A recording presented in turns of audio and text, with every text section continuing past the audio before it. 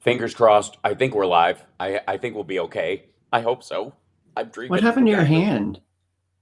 Oh, so I was taking pictures last night at the club after the show, meet and greet, and somebody had a ring or a bracelet or something, Mm, and I felt something hit my hand as I was, like, getting in position to um, give like put my arm yeah. around somebody for pictures on either side of me, and when I came up, there was literally dripping blood coming out of the Oh back my of my head. I was like, gosh. it was pretty it was a really distinct wound. I was like, that's legit. And so anyways, I'm okay. But they had the only band-aid they had available was these. I just had, some sort of blood transfusion.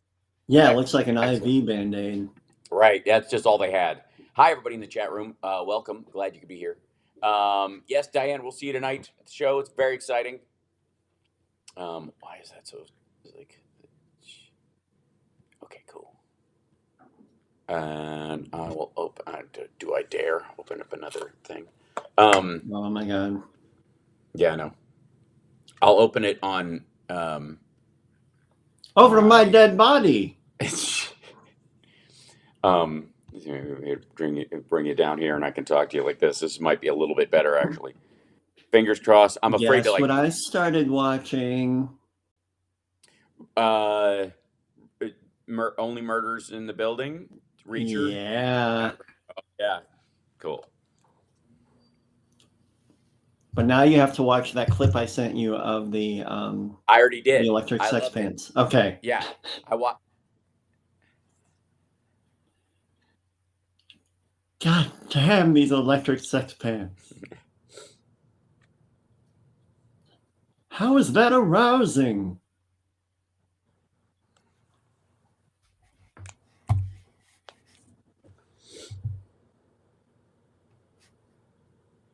Mm. Mm. And what a week it has been. Ladies and gentlemen, welcome to the show. It's Uh-huh. Saturday with Johnny Million and all the sparklers out in the interwebs who are an ever growing crowd of concerned citizens who have a good BS antenna and a functioning sense of ethics and civility. A narrowcast array of human traits these days, I understand, but it's an audience worth appealing to, so I'm glad you're here.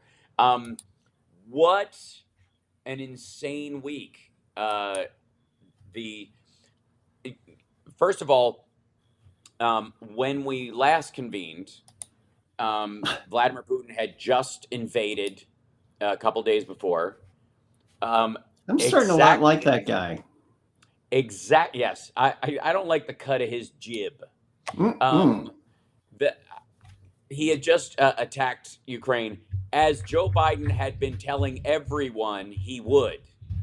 There was no ambiguity about this. Everybody was like, well, maybe he won't. I can't see why he would. And Biden's like, he's already made up his mind. And they're like, well, I don't know, old man. What do you know about it? I mean, honestly, Sleepy And then Joe, when he I did, don't they're even. just like, you know what, Joe? It's your fault.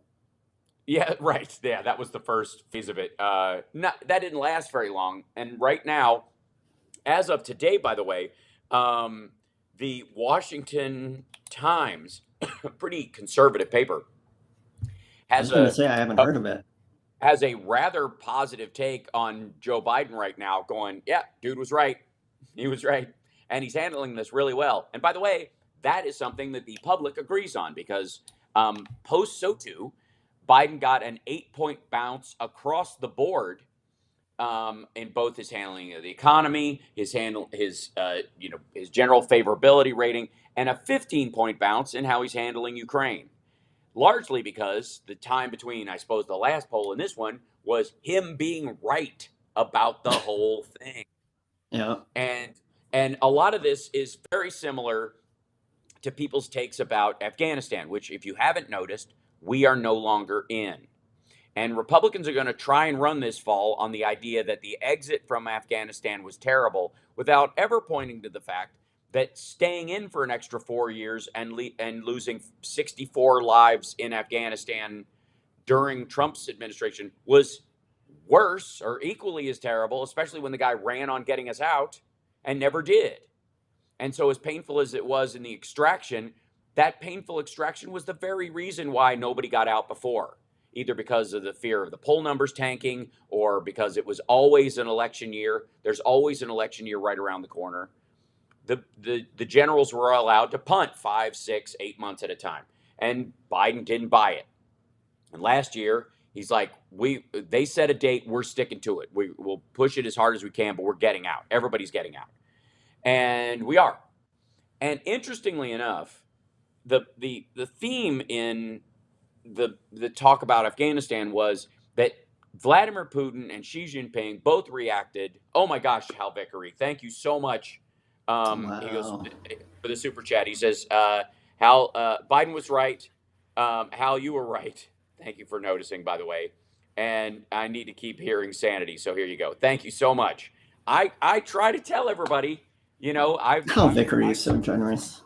he is. It's lovely. Thank you, Hal Vickery. And it's nice to bond on something more than just having a rare name.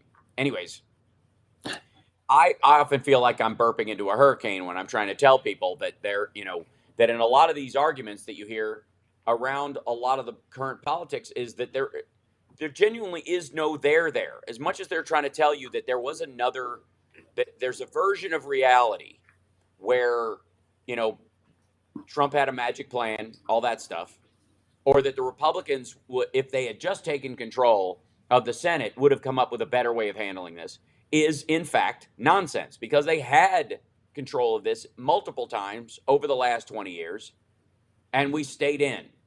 Yep. And Joe Biden got us out. And the fade that's happening, and I think there's something about Ukraine right now happening that is making people realize that war and situations like this, evacuations, all these things are ugly and dangerous and have too many moving parts to be viewed, through a lens of Monday morning quarterbacking, because you cannot control for all variables. That's why war is awful. That's Hmm. why you avoid it at all costs. Oh, and hold on. Oh my gosh, thank you, Carol Cobb, for the super chat as well. She says, any suggestion on supporting the? Let's see. I The can't see best the chat. organizations to help support Ukraine. Sean Penn seems like he does a lot of good, and certainly less Yes, overhead than the Red Cross. right. In this, I'm sorry, Johnny, your video's frozen on my end. I hope you're going out and they can see you on there, but you're smiling at the very least, so it's okay. Oh, good. Um, uh, well, right now I would stick to the ones to avoid Russia diverting funds by messing with people. Do not click on any links for any kind of GoFundMe's that are being set up. That would be a mistake. It's a It's bad a idea. trap. Yes, it's a trap. So I do think there's a sense of realism around Ukraine that is reflecting on, I think, everybody else's take on both gas prices, the cost of getting out of a 20-year war, in our case in Afghanistan, Hmm. and the difference between having a strategy, enacting that strategy, however flawed or imperfect because of the reality you're dealing with, and turning that, and recognizing that that's better than a magic plan that's 2 weeks away perpetually forever and ever. And I think people are waking up to that fact. So in fact, in the Washington Times, See, they say, in a matter of days, Vladimir Putin's invasion of Ukraine accomplished something that has become increasingly rare in Washington's polarized political climate: uniting Republicans and Democrats. Now, for the record, I don't need. I am not like. I don't need to unify with Lindsey Graham's take on how to handle things. Like, while we may I like his agree, suggestion that maybe someone should assassinate Putin. yeah, I while we may Hmm. agree on the severity of the threat, the circumstance of it, sure, we may agree on that. However, I don't agree with your solutions. Hence, the power of democracy.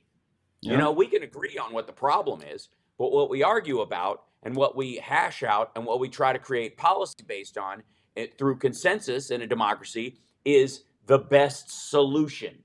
And there are If only he obviously, were a dictator. right. If obviously there are polar versions of solutions, extremes on either side, but the reality lands much closer to the middle, and it's about arguing piecemeal the best solution that does the least amount of harm. And especially when you're in an acute situation like the ratcheting up of war that Vladimir Putin is doing. And so the Washington Times says in the matter of days, Vladimir Putin has managed to um, accomplish something that's increasingly rare in Washington's polarized political climate, uniting Republicans and Democrats.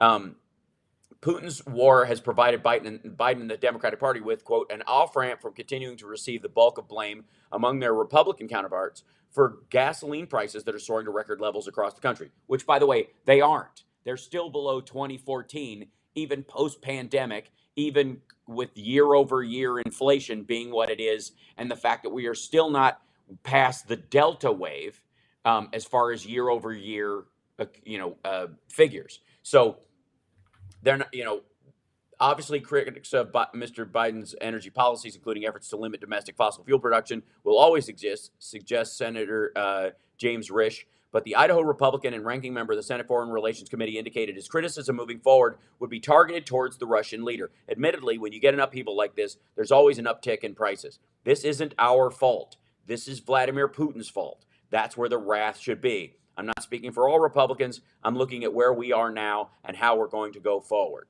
The same thing with Murkowski and others. This is, the storyline in this is that it provides an off ramp for Democrats in dealing with gas prices. In reality, in my belief, it is providing an off ramp for Republicans to distance themselves from Trump's lunacy and his continued clinging to Vladimir Putin's pants leg.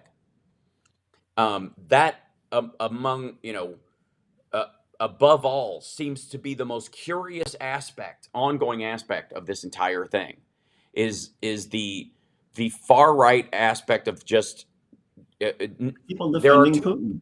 Yes, the two biggest voices on the right defending Putin at this current moment are Nick Fuentes, the anti-Semite, white supremacist leader of AFPAC or whatever that was, the thing that Marjorie Taylor Greene spoke at, and Yeah. who's so far out on the right that he gets denied entry to CPAC when he rolls up. It's that dude and Trump. Because, there's this idea that, well, he's my buddy. I could have just called in a favor and he would have stopped this.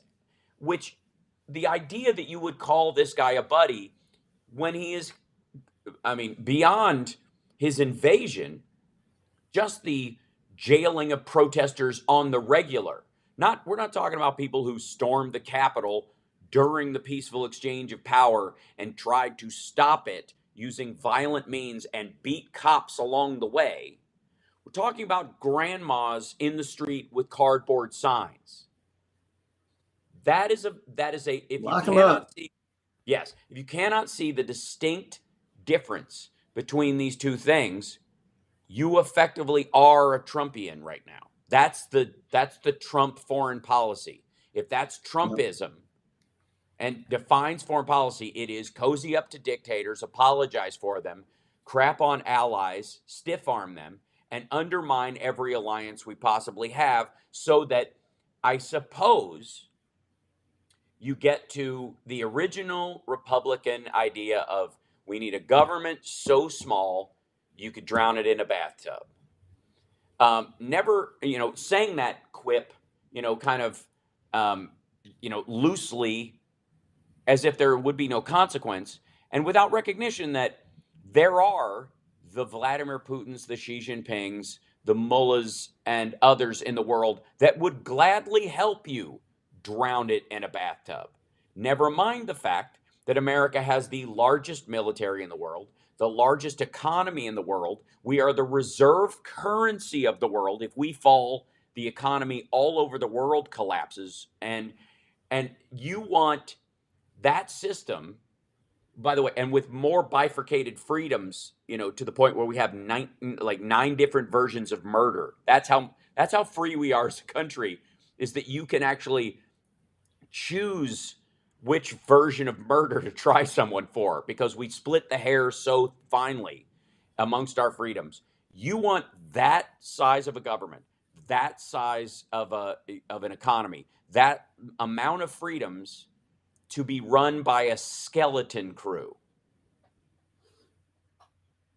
That in and of itself is insanity and a recipe for a dictatorship. We got to take a break. We'll be back right after this. It's the HAL Sparks radio program, Mega Worldwide, on WCPT Radio, Chicago's Progressive Talk. Like and subscribe. Go to patreon.com/HalSparks. And you, like some of the folks that are in our chat today, can join me for a comedy show when I'm in your plus one for that. And then, of course, infotainmentwars.com. We'll be back.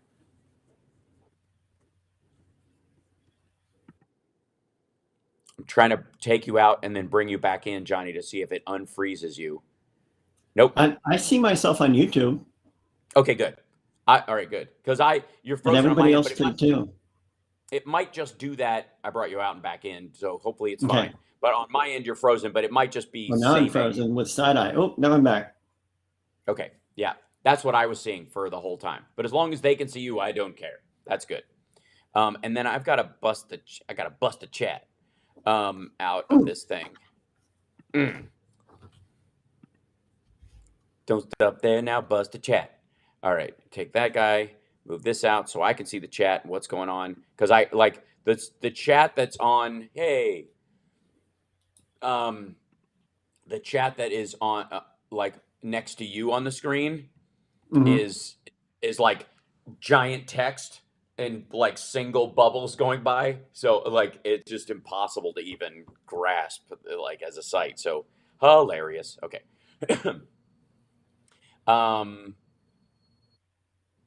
Every time I think about they pull me back in.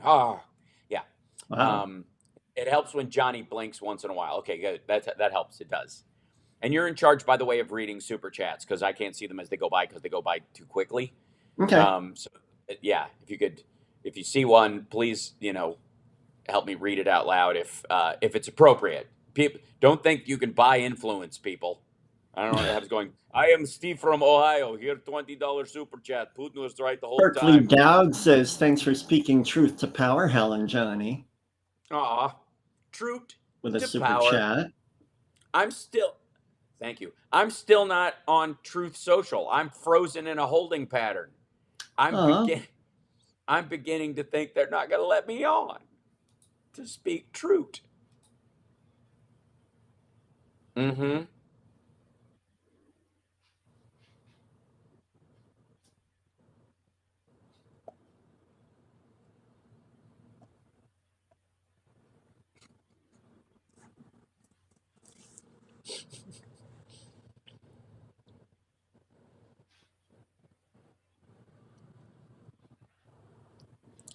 Ladies and gentlemen, I am proud to report that after years of floundering at about 1,300 subscribers, we are now 200 away from 30,000 subscribers on YouTube.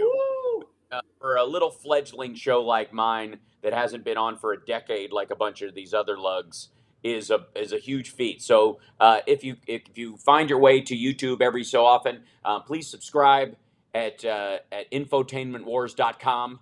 That'll take you right to the YouTube page. Subscribe today. Give us a like and a thumbs up while you're at it, but that's up to you. Just subscribe. So it doesn't cost you anything. If you want to support the show through subscriptions, you go to Twitch too. Twitch.tv/HalSparks. It's a great way to do it. Now, I'm all over the social webs. You know this, Johnny Million. You know I do. You're everywhere. I'm a social media butterfly. I'm a social media death's head moth. If Jamie Gum would keep me in a jar. for social media purposes. Yeah. And so when a new site comes along, I learned very early after ending up with the real HAL Sparks for a little while on Facebook, after post MySpace, that I was like, I got to dive in there, and any new site that comes up, I got to jump in there and squat on my name, right? I gotta grab the name that's available and go with it. And so, I got that. Now, granted, I do not have a Getter, Parler, or Telegram, the right wing ones, largely because but also because I have lurk accounts on there, like a lot of reporters do, where you don't want your name on there. You just want to be able to see what they're saying, because they'll broom you if they know it's you. They'll in the name of freedom, they won't even let you look at what they're posting, because freedom. But in the case of one of the new ones, it was getting off the ground. It was going to be a big deal. I was like, this one's going to take off. I got to jump on the ground floor of this. I signed up for Truth Social, which is Trump's new social media billion-dollar evaluation. When the SPAC, the Special Projects Acquisition Company, or whatever that is, where people can just hide money ad nauseum. They can dump it on whatever they want. And the great thing about a SPAC is that you can give the money, and they'll just see what you're going to do with it later. They don't even know what you're going to make with it. They'll just trust me.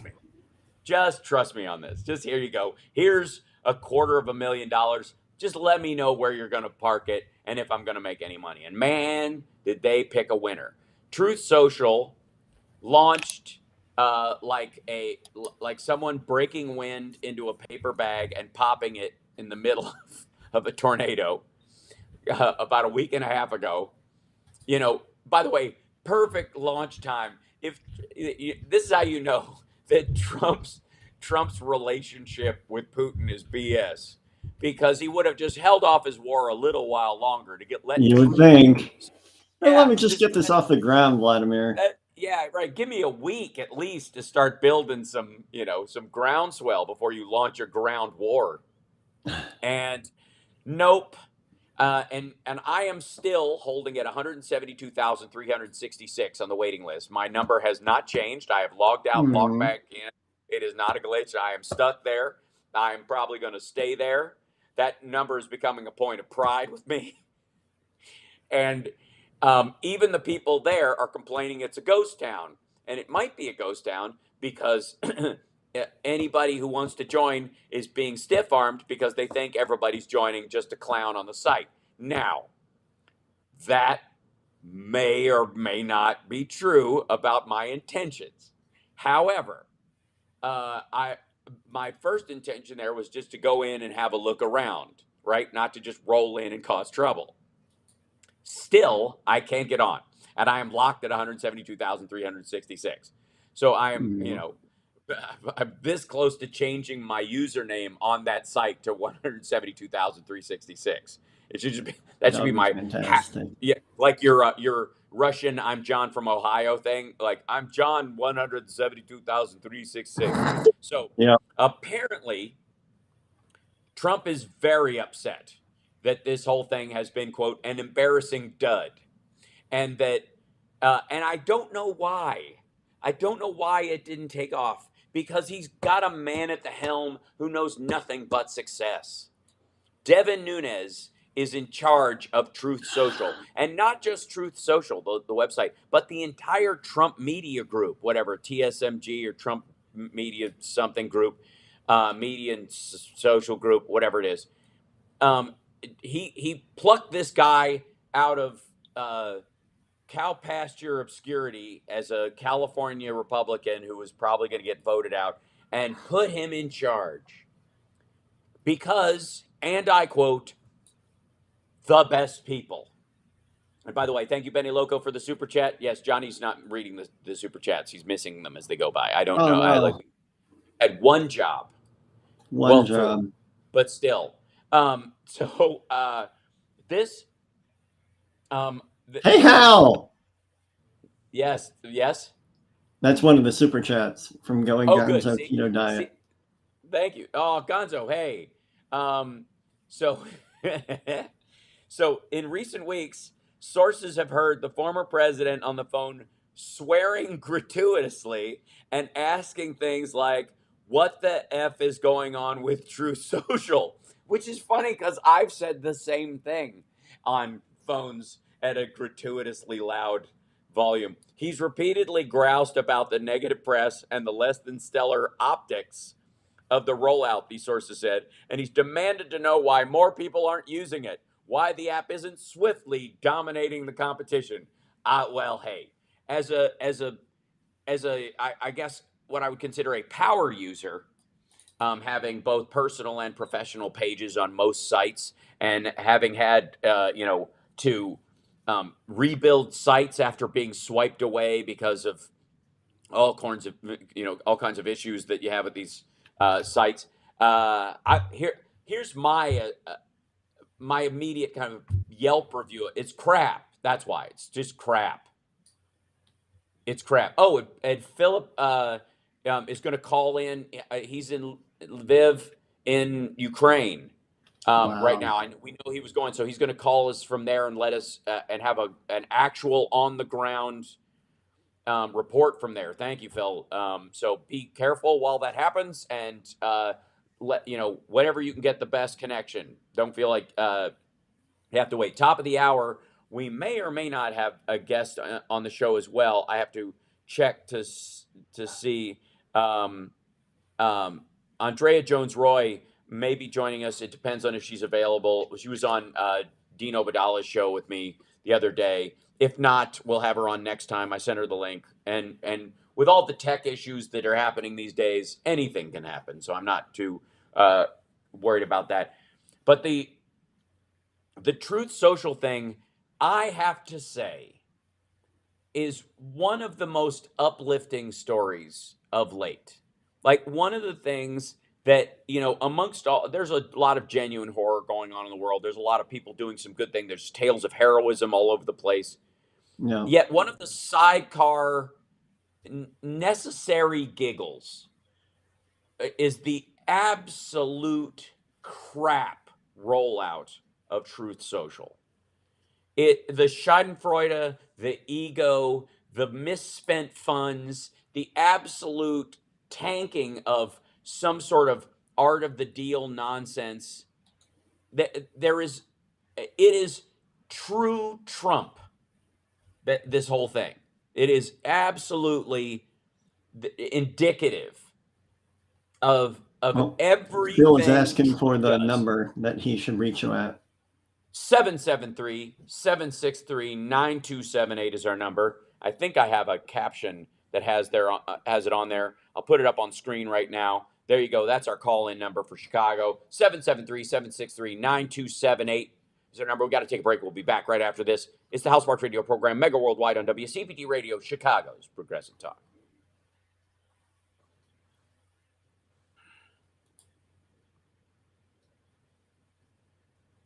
Mm-hmm. Mm-hmm. We'll talk about the trucker convoy as well, which is gaining steam as it loses purpose.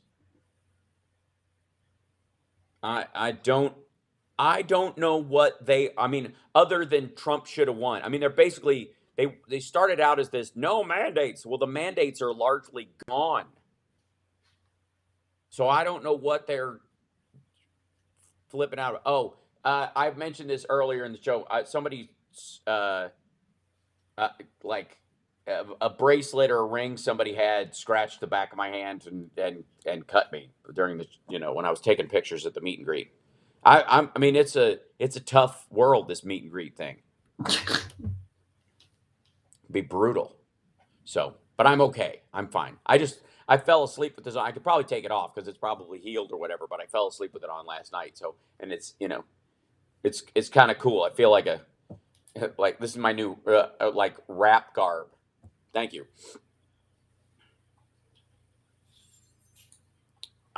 Oh God.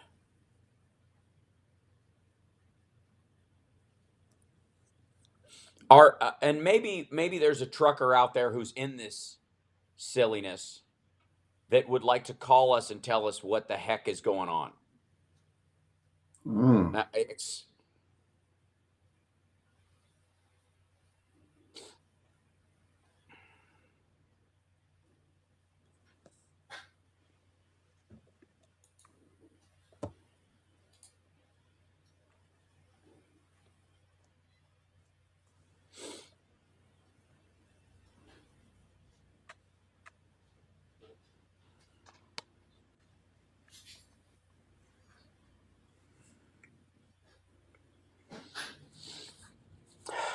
check it. Yeah. So is somebody saying is sound okay out there in YouTube land? We should be all right. So overall, I think one of the other stories that's happening right now is the trucker convoy has hit Indiana, and they're on their way to DC to blockade the DC area. For what reason, we don't know. Obviously, it started out the idea that they were going to protest vaccine and mask mandates were the biggest one. Mask mandates have to go and stuff. Well, they have largely gone. And vaccine mandates, which I think were maybe just like were a rarity into individual environments, like places of business had the option to do this everywhere in the country, with the exception of like New York, where it was a city mandate, largely because the volume of populace and the interaction of human beings world over made it a unique petri dish for disease. That's always been New York's problem, among other things. But everywhere else, like last night or night before last, I did the listing room here in Michigan, in Grand Rapids. Great venue, really nice. If you ever get a chance to see a show there, it's a beautiful place. It's above the movie theater. That's why you can't find it. And I literally, when security is like, I think it's over there, you're in trouble. But it's a new place, and we're all coming out of the pandemic, so forgiveness all around to people who can't find a venue. But the listening room checks vaccine cards. That's one of the reasons why we do kind of, while I'm here in Grand Rapids, we've been doing multiple venues, because some people don't want to go to a place unless people are vaccinated or wearing masks, and other people don't care. So, they have that option by venue almost. So this place checks your vaccine card. Totally cool. I'm vaccinated. The vast majority, if not all, of my audience is vaccinated. It's super important, and is part of the reason why the mask mandates and the vaccine mandates are going away, because enough people are vaccinated that we created a wall against the spread of a secondary variant, we hope, beyond this point. And Omicron ended up being, while highly virulent, less damaging, and therefore created a secondary wave of natural immunity when mixed with the number of vaccinated people, lowers the chance of you getting it and lowers your chance of hospitalization. We still have, just under 2,000 people a day dying from it, because of the vulnerable among us. So therefore, the vaccination still a good idea, but not an imperative in this regard. And that number is tapering off. I've got a very important super chat. Yes? From Daphne Farmer. HAL, don't get me wrong. I love it when Johnny Million adds his 2 cents, but for my money, Johnny Million is pure eye candy, heart. Huh? I think you made that one up. I think you made that one up. I know, that's just me riffing. And also, Johnny is super cool. Mucho. I agree. That I agree with. All of those things. So, that said, now, and by the way, don't forget to like and subscribe, give a thumbs up. Welcome to the show. Hi, everybody. So, the truckers are headed to DC right now, and their idea is, I suppose, and there was, by the way, a beautiful. Some of them arrived and had a rally of some sort that had all of, wait for it, 9 people. 9 people. That 9 looked people. Amazing. That was beautiful. And it feels good to know that even though shows are, like audiences are somehow, especially audiences on what I would consider my side of the aisle, are still partially reluctant to go out in public and go to things. The turnout on the shows has been increasing, and that's a lovely thing. And still, while charging money for tickets to my shows, I still have more of a turnout than the free gathering of freedom truckers did standing on some sort of weird de facto stage in the middle of nowhere. Like, so I'm very proud of that fact that even though it costs money to see me, I'm still drawing more. I will always draw more. Open mics I've done have drawn more people in the 90s than the freedom trucker, convoy concert, whatever it was. Good Lord. And so I don't know for honest to God why they're going to DC, what they mean, other than that it has sort of morphed into, according to reports on the ground. Thank you, EO. He says I'm worth the money. That's every penny. I work for a living. Anybody who has seen my show knows that there is a physical distinction between me and everybody else who's touring right now. I'm pretty sure I am the only near acrobat doing stand up right now. I'm the only guy who isn't looking at his shoes and doing the heavy lifting of carrying a mic and sipping from a glass. I am all over the place, and I'm very proud of that fact. Folks, if there's a one man, one mic stand up equivalent of a KISS show, I'm trying to bring it to you. So, apparently the QAnon crowd and some of their relatives have taken over this thing, and that's who's adding to it on its way to DC. And so really it's really Trump was robbed. It's no longer about mandates and freedom, which was allegedly what was going on in Canada, which it wasn't either. That was all kinds of anti-immigrant stuff mixed with their, the idea that American truckers that didn't get vaccinated didn't want to play by the rules of a foreign country they were driving into. And my argument would be, hey, pick another route because you can't do the job, but whatever. That said, these folks are being joined by the folks who think that 2020 was, Trump was robbed, that he's really still president, that he's really JFK Jr., and someone's he's wearing Trump's skin. I don't know, like that was. Regina, thank you so much for the she sent coffee via the Venmo that's on the screen. Thank you so much. And I need it this morning because shows like night before and same night of while doing radio and my regular live stream. It's a tall order, kids. I'm not gonna lie, vocally especially, like as far as how much I use my voice these days. Anyways, this thing, by the time it gets to DC, it's largely going to probably end up being a free the Jan 6 Patriots movement. That's my biggest concern about these crazy people. Now, I got news for them.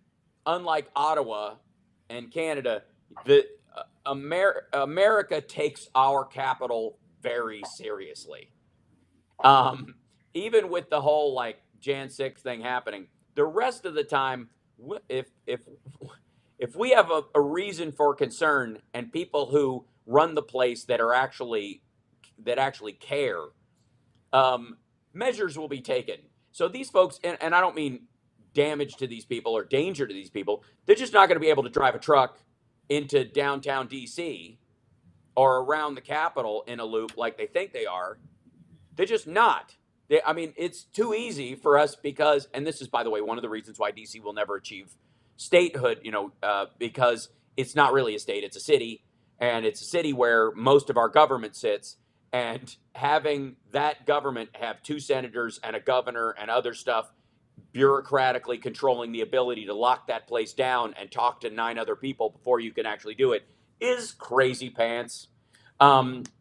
That said, the voters in the Washington, D.C. area should be absorbed by Maryland or Virginia and have their senatorial needs met by those areas. That would be the easiest thing. Meanwhile, Puerto Rico should be There we go. Now, Yes. anyways, these folks, by the time they get, because in many times, in many ways, they know this is a pointless endeavor. They have to by now. So the people that were just doing it for free have veered off and gone home. And the ones left to join it, or the ones adding to it, are effectively the QAnon truckers, who apparently, by the way, among their gripes will be that the supply chain has broken down and stuff from the port is not getting to stores because the trucks aren't taking it. I don't get it. I don't understand what, and it's impossible in so many ways for these folks to actually convey a message now. There is none. Even if they were, even if they meant to do it, even if they had, like, amongst this haze of BS, if they had a single point like Putin shouldn't have invaded Ukraine, it's going to be lost in the mess of JF Jr. is wearing Trump's skin, and that's why he doesn't speak very well, because he's still got brain damage from the plane crash, and so occasionally he messes up words, and that's why he says magnified fortune. And I, the, and again, this is the state of the Republican Party currently. And so when you see that some of the papers are using Putin's intervention into Ukraine to sort of wrest back some sense of normalcy to what would allegedly be conservative thought. Right. Maybe that's a silver lining, but this is a bed they made themselves, and they have to lie in it. And it will be interesting to see over the next week or so, as they arrive, what ultimately their gripe is going to be. And my feeling is it will be somewhere between free the Jan 6 people, and there's a chance that may enact some sort of violence around that, even if it's just throwing a fit, or ending up like that dude who parked in front of the Treasury Department or the Supreme Court or wherever he was, and pretending he had an incendiary device in his car while he just said, "I want to save my life." That dude. Either way, none of that is good. But they're going to have to figure out what their narrative is on the way. Do you know how useless a protest it is? Is if you by the time you arrive, you're griping about something else, which just says to me, well, yeah. How do you gish gallop a protest? Right, and that's what it is. It is absolutely the gish gallop of protests. And the reality is, none of it will land. And I'm curious to see. It will be a cross between Free the Jan 6 people and I suppose they'll yell "Let's go Brandon," and Matt Gaetz will applaud them for saying that, and there'll be a hashtag "Let's go Brandon" boosted by Russian bots for a half a day, and then the rest of the world, perhaps. And if you're in the DC area and you can tell me what this is like, if I was there, I would walk up to these folks and go, "Look, I don't know what you're complaining about, but the world is dealing with serious things. And if you're not going to be serious and you're just going to be a toddler, prepare to be ignored, or get with the program. Start helping out." There was nothing about this where you couldn't pick up some My Pillows from Minneapolis and drive them to the airport so they can be sent to refugees in friggin' Poland. I don't get, and whatever gripes you have, you are a contributor to the problem currently. It is amazing to me. P.S. See you on Truth Social. We got to take a break. We'll be back right after this. 773-763-9278 is our number. It's the HAL Sparks radio program, Mega Worldwide. Mega.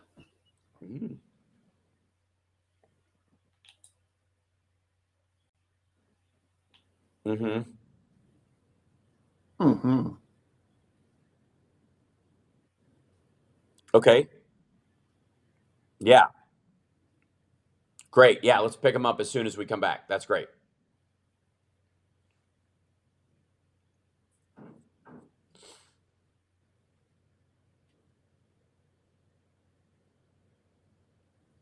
Going Gonzo Keto Diet said the truckers already came to DC. 495 confused them and they left. The man that started this left. Is he coming back? 495 does suck. Yeah, it does. It's rough. But there's another group of them in Indiana. They're like the Oh, okay. follow on group. The original ones that like beat them to it. There was like an organized one, and then there was sort of a disorganized crowd sourced one that was following behind. It's a frigging mess. It's hilarious because you can't even get that together. Let's organize some protests. Okay, see you Wednesday. Right on. Meet you there Friday. Okay, how's Tuesday for everybody? Like this is Right. just stupid. And it's and again, by comparison, thank you. By comparison to the rest of what's going on in the world, this is so patently offensive. It's just Yeah. grotesque. Like, here's a good idea. If you can drive a semi, fly to Ukraine, fly to Poland or one of the NATO countries, and offer to drive buses full of people out. Like, be off. No.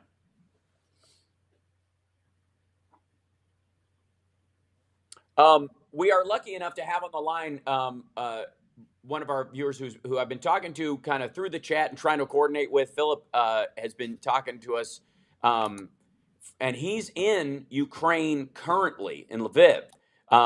Philip, are you there? Can you hear me? Yes, I can. Go ahead.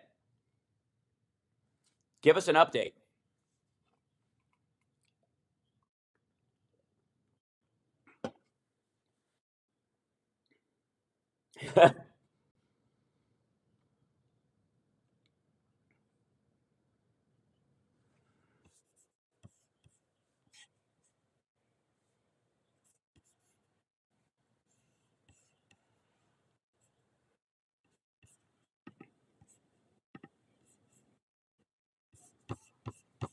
Hmm. Wow. Hmm.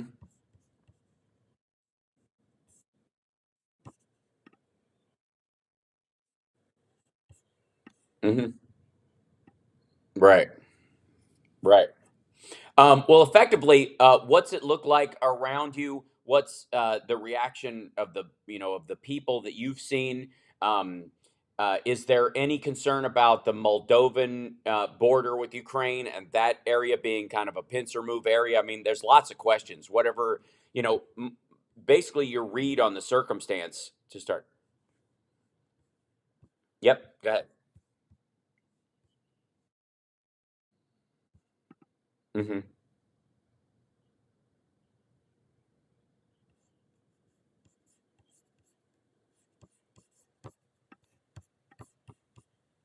Okay.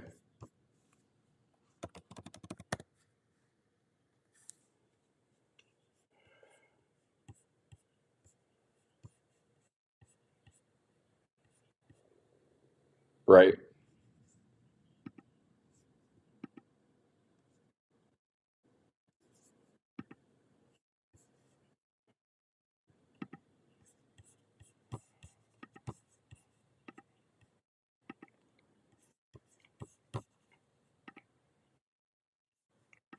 Right.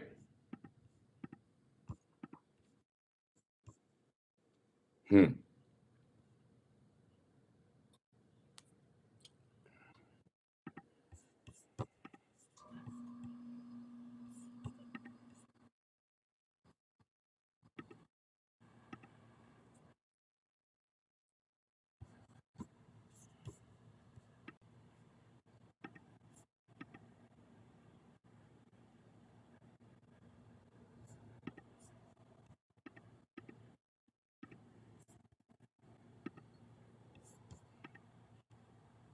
Right.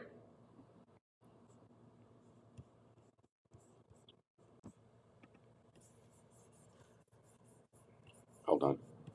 Hold on. Let me say something real quick before that. So everybody in the chat, sorry about him not you not being able to hear the audio to him right now. It's a I'm trying to get it to you guys while I'm at it. But if you can tune into CPT if you need to hear it. Okay, continue, Philip.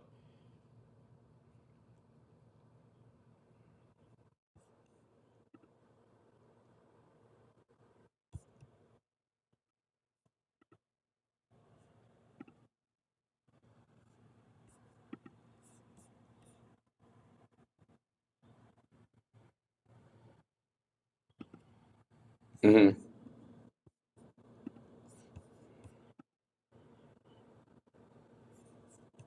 Right.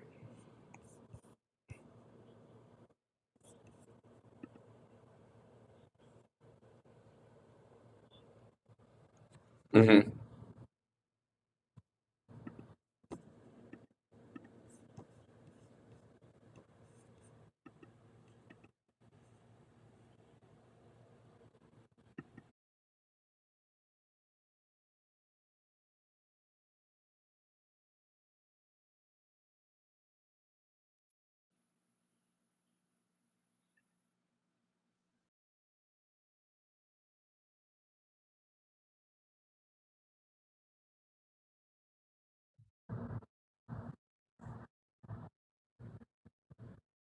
Right.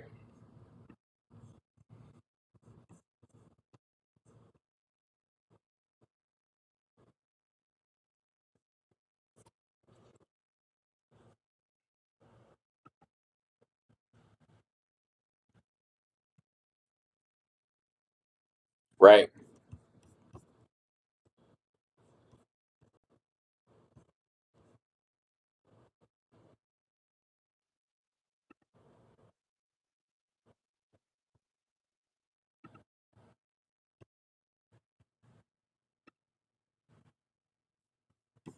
Right.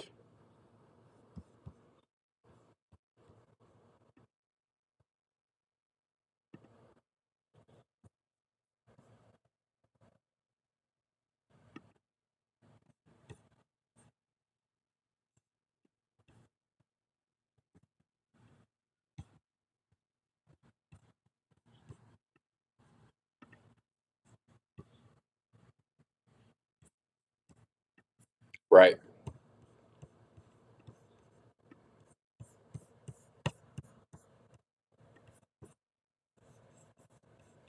That's fascinating to me in terms of, and I am getting some audio feedback, and I'm trying to get your audio to our chat as well. Later on, folks, I will patch that back um, to make sure that it's available on the stream to rewatch.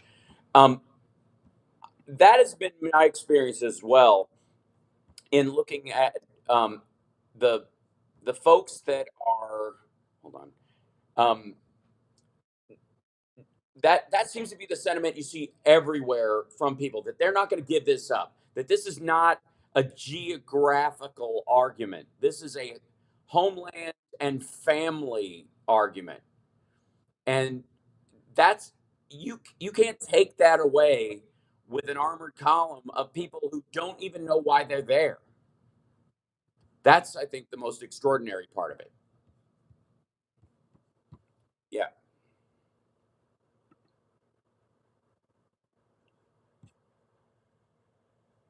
Hmm.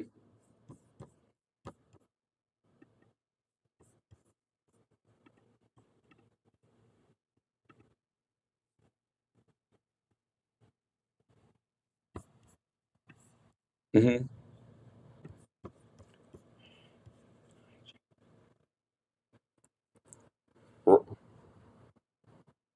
Right.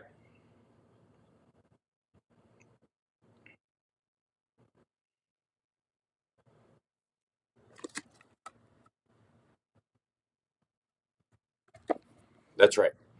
But,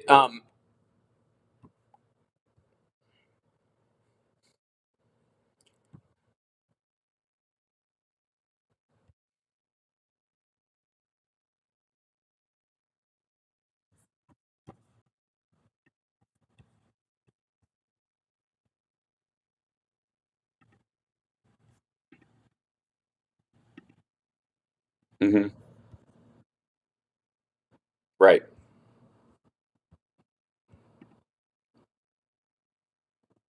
Yeah, so the question becomes, it do they view it as a possibility that he everyone talks about how Putin needs an out. We got to give a soft landing to this guy. There's got to be a way that he can save face in this process, which I think was the mentality leading up to the invasion, but not the actual. It has no value now, because now that he's already committed, that this is well beyond the like. All right, I park these forces here to show you guys business, and I'll take them home if you give me what I want. Once he's done this, he has crossed a line that is, in most of the world's view, permanent. I mean, when like today, uh, I think Biden was meeting. I think it was today, meeting with the president of Finland and talking to the Swedish prime minister on the phone together after discussions about both of them joining NATO had come up last week, and Russia had threatened them. And then news is we find out in Moscow there's a huge line at IKEA because they're leaving all the Swedish businesses. And when you've angered IKEA, I kid around, but that's the extent with which people are getting out, and that they're not getting out temporarily. They're not shutting their shows or their stores so that they can, after it blows over. This is an extraction on a cultural and business level that I don't think I've ever seen happen to a country in my lifetime.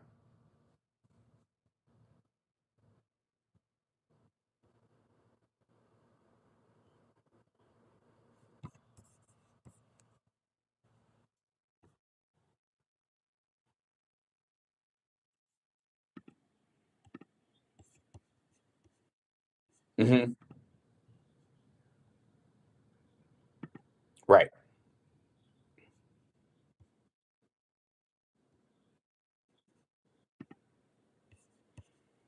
Hmm.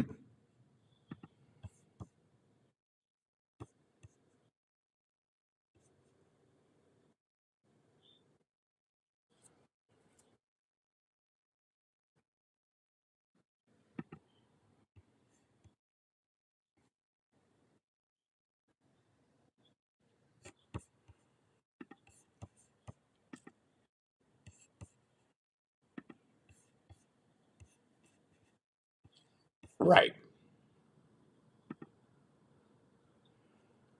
Yes. Hmm.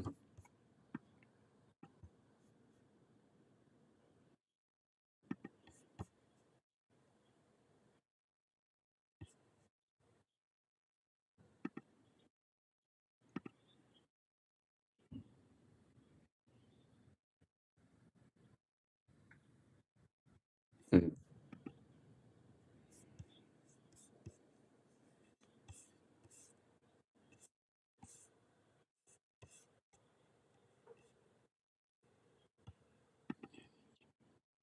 You c- you You can actually say "damned." It's on the radio these days. It's crazy, and especially when you're calling in from a war-torn area. We're at the end of the hour. I appreciate you calling in, Philip. Please be safe.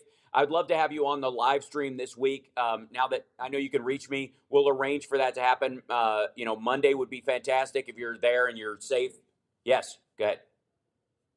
Well, tell you what, hold through the break because it's a hard break. Hold, hold through the break. Yeah, hold on. Yeah, stay on the line. Yeah. We'll be back right after this. Okay, during the break, I'm going to see if I can figure out how to get the audio back to you guys Hmm. because it's just not, for whatever reason, I'm not not. I'm showing not up sure as if an you're option aware, Hal. in this The in the chat can't audio. It hear should come up Chicago. as a possible input, and it just frankly isn't, and it drives me crazy. So I got to figure out how to make that possible to you guys without creating a big giant loop. Apologies, guys. It should have gone through, and then Johnny let me know that he wasn't hearing it, and the let's see Can you hear me? if I want to share my screen. Why does it only let me share the screen that the screen is on? It's weird. Stop screen sharing. Okay. I maybe I can't say hello to me. Say hello Check to your one good and friend two. Johnny Million. Check one, two. In this guy Check right here. one, two. There you. I hear you. Okay, hold on one second. That's why. So there's a loop back in. Oh, God, this software. All right, I don't know. I don't know why. I'll deal with this. I don't know. I'm fixing it. I'm trying. Like it wouldn't. It's remnant of the old shows where I'm having to ice skate uphill, trying to figure out why the heck stuff doesn't work. Check. Can you check, Johnny? Check 1 2. Check 1 2. Oh, there I go. Now I hear you. Okay. But I also hear myself, and that's the thing I'm trying to remedy right now, and I don't know Yes, why. thanks. I don't know why. The So I chat gotta says get. they can hear me, but how Sparks fades. I fade. I see. Oh, cause I was switching around on stuff, trying to find a way to bring it back in. Okay. During the break, I'm gonna reload the page and see if it gives me a chance. So if I disappear, just talk to Johnny. Okay. There he goes. He's gone. How's running pure Mac? Back in the saddle again. I'm back. Now we can see the hotel lamps. Yes, it's good. It's nice. Oh, Yeah.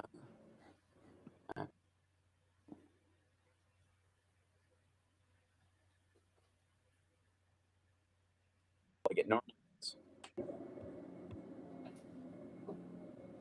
You can hear the vacuum of the people housekeeping. work. Yeah, housekeeping outside the door. That's how good this microphone is. If only. Let's see. What are my options as far as?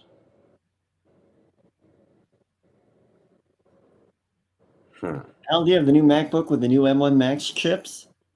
I do. He does. I do. And that's not the problem. Video is not the problem.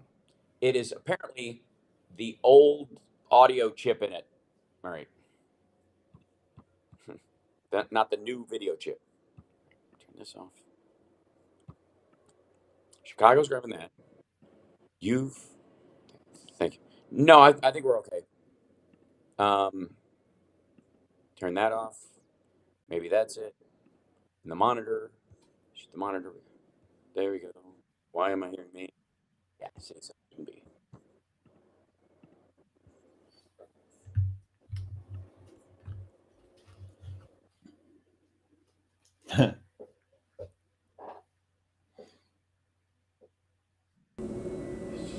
Johnny Million, can you? I hear you now. It's more of a ambient mic.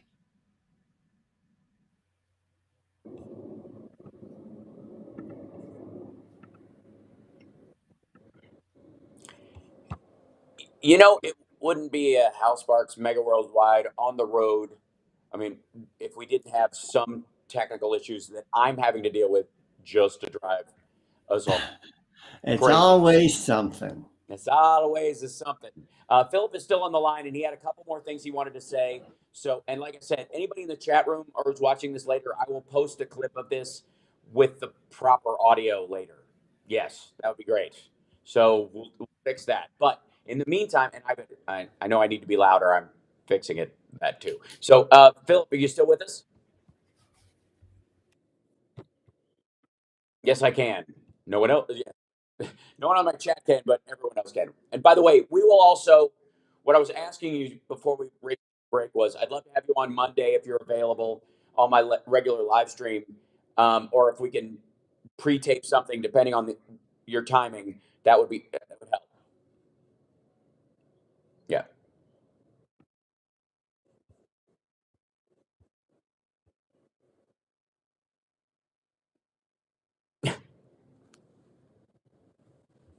Mm-hmm.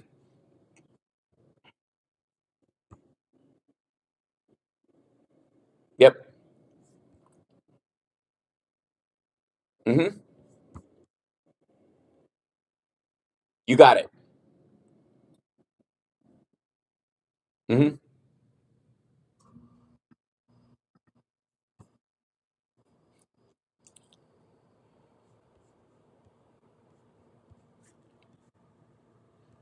Will do.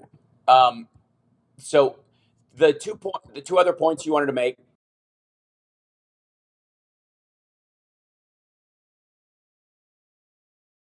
Papered away. You were saying that.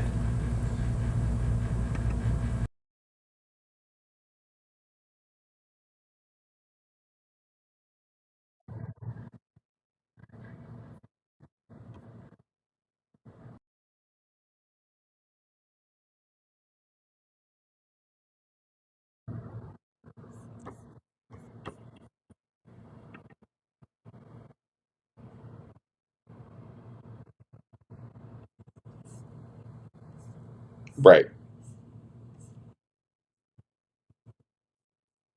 Yeah.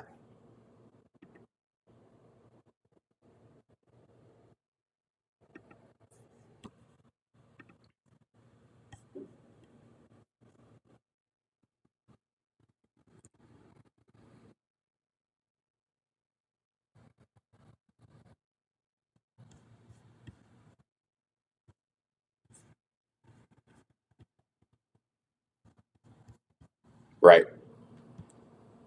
That.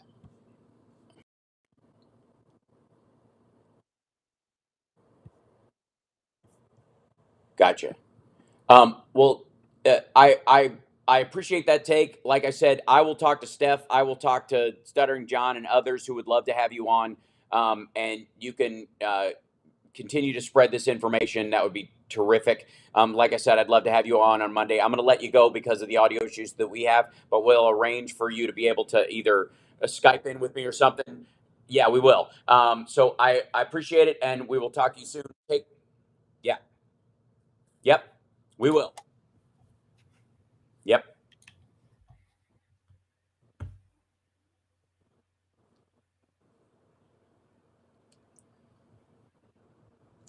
Yep. Yeah. Understood. Gotcha. It's all right. And again, I will like I said, I would love to kind of gather some stuff that you would like to talk about specifically Monday, and when I'm on, we'll be able to deliver it directly.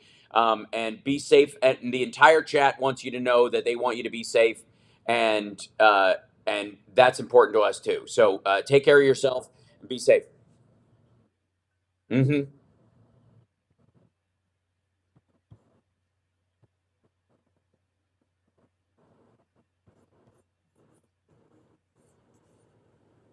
Will do. Yep. Appreciate it. Okay, we'll talk to you soon, Philip. Be safe. Absolutely. Cheers. We'll talk to you again. Okay. Bye. Um, I'm like I said again, chat room. I'm sorry if you guys couldn't hear him on there. He was on the radio. It just an audio looping issue here while I'm out on the road with this rig. It's It we're was just at so that point, good. aren't You we, totally Johnny? missed out. We're just at the point where I'm going to have to just carry gear with me everywhere I go and have a giant. Hold on. Now I can't hear Johnny all of a sudden because I turned that part of it off. There's like a weird loop. You're saying something, Johnny. I know you are. And the I funny thing is, said, Chicago can hear it, but I cannot. That's oh, hilarious. All that's right, so so funny. there you are. Yay, I was just So, saying that the Phil conversation was so good. Those guys are really missing out, suckers. mm, well, there's an upside to radio. Yeah. And again, I don't quite know why my like software that I use to get on the air, like I'm using Restream, and their site has decided I need to hear myself, which I don't, which is what's causing the echo. It's very weird. So here's what like Chicago. Can we take an early break and then I'll come back and hopefully I can fix it during that piece. That'd be great. Okay, we'll be back right after this. This is the Housemark Radio program, Mega Worldwide at Wrigley Field. No, it just sounds like an echo. All right, we'll be back.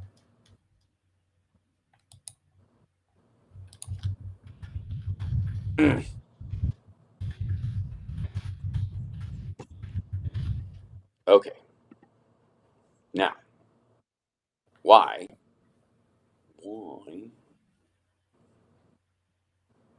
would there be an echo? There is no reason. Why would there be an echo? Why would that be? All right, check, check, check. There's that.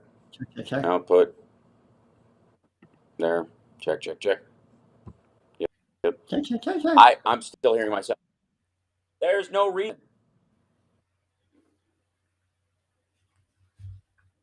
Oh, no, it's just me. This is awful. I don't like this at all. Bullshit. Oh. Hey, now I can hear you. Can you hear Hey. me? Yeah, you're quieter. All right, that I'll fix. That'll take a moment. But at the very least, I don't hear myself bouncing back again. Yay. And I see the lamps again. And then no.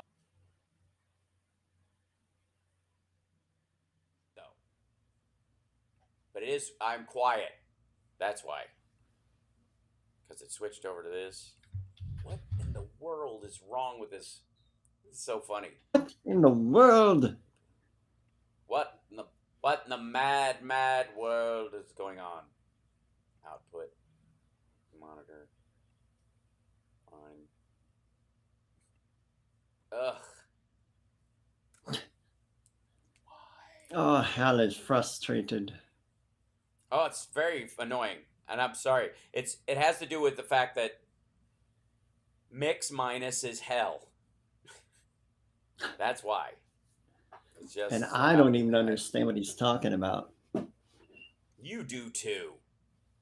Kind of. I never have to stream like this, though.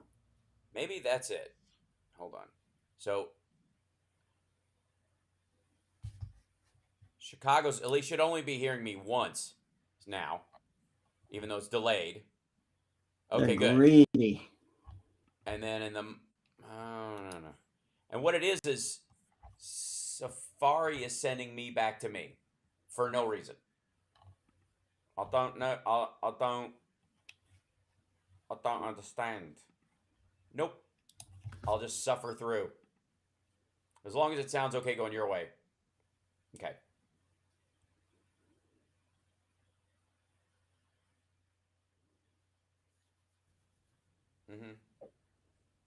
That's not going to fix it.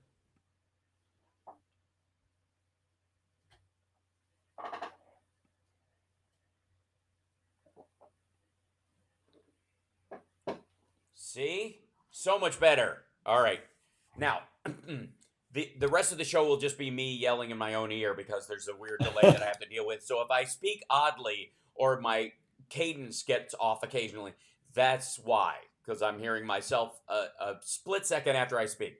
I'll get used to it after a while, and the humans can adapt to anything, I think. So, yes, I'm doing the show in a van down by the river. So, I think it's being just an hacked by attack. Russia. That's what I think it is. I think it ultimately, I'm just going to chalk it up to being hacked by Russians. Let's just leave it at that. And it's a good enough excuse. It works for me. One of the stories I think that a lot of us have been wrestling with for different reasons is the idea of Trump running again. And there's a story that, like, our allies in Germany and France and other places are, oh my God, what happens if Trump runs again with all this stuff? And is he going to turn everything upside down on these new alliances? And what if we drive Putin out and Ukraine gets back on his feet, joins NATO and the alliance and EU and starts trading and they rebuild everything? And then here he comes to scuttle the whole thing again. Okay. To our dear friends in mes amis à français, our French friends, don't worry about it. He's not running, and because he knows he wouldn't win. Also, to our German friends, I won't even pretend to know how to. I only know a couple of German phrases, and I'm not keen to learn anymore for a while. I know "Schön zu sehen," which is nice to meet you, I think. But he's not running. The Swedes know this. The Finnish know this. The rest of NATO knows this. You have nothing to worry about. And that will become increasingly clear to you over the next couple of years. Yes. Ich bin ein Donut. So Yeah.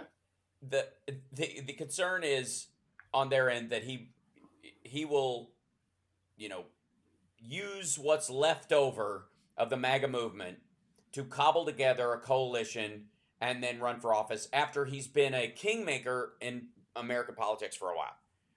Not going to happen. Just frankly isn't. And the reason is legion. One is he squeaked by with the help of Vladimir Putin last time. There would be no Trump presidency if his water hadn't been carried unvetted, unfiltered by the likes of Morning Joe and Facebook.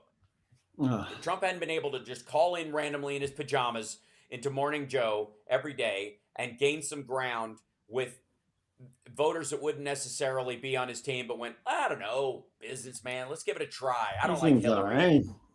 I'm not ready Apparently, for a only woman. he can fix it. Right. He knows all the best people. Maybe what we need is a business person in charge. And since we can't have one of those, Trump will be a close second. A TV businessman, right? So, beyond that addition and the fact that 75,000 votes in 3 swing states was the determining factor in him winning the Electoral College, while he lost the popular vote by 3 million votes, and double that, more than double that, the second time around, I'm telling you, there is no future Trump presidency. Period. End of story. Even if he was as sharp as he was alleged to be in the beginning of this, in 2015 or 14 or 2012 or 2008, who cares? It's not going to happen because the mechanism is not there. He is not an unknown entity where people are like, oh, let's roll the dice. That's gone. And the Republicans that may have let it slide because they're like, oh, he's a businessman. We can negotiate with this guy. We'll give him a list of judges. He'll fill the seats. We'll give him some tax cuts we want to do, and he'll do it. He'll sign whatever we put in front of him, like a monkey in an old 1940s comedy, and hold it up for everybody to look at. And it'll be worth the loss. It'll be worth the downside. They know better now. They have seen the cost of that minor bit that which by the way, they would have gotten from any Republican. That's the part I don't think I could stress hard enough. That if they'd have run Kasich, he could have won by the same margin. He could have won the Electoral College because of the outsized volume of Electoral College and how it benefits Republicans over Hillary Clinton. He could have squeaked by, very possibly. And he would have done the tax cut and the judges. Honestly. As would, Ted Cruz would have never won. But Jeb Bush or one of the Bushes or some Shemp Bush.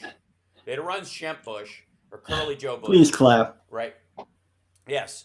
That they would have done the same thing. They would have played the game of the Republicans because that's their party.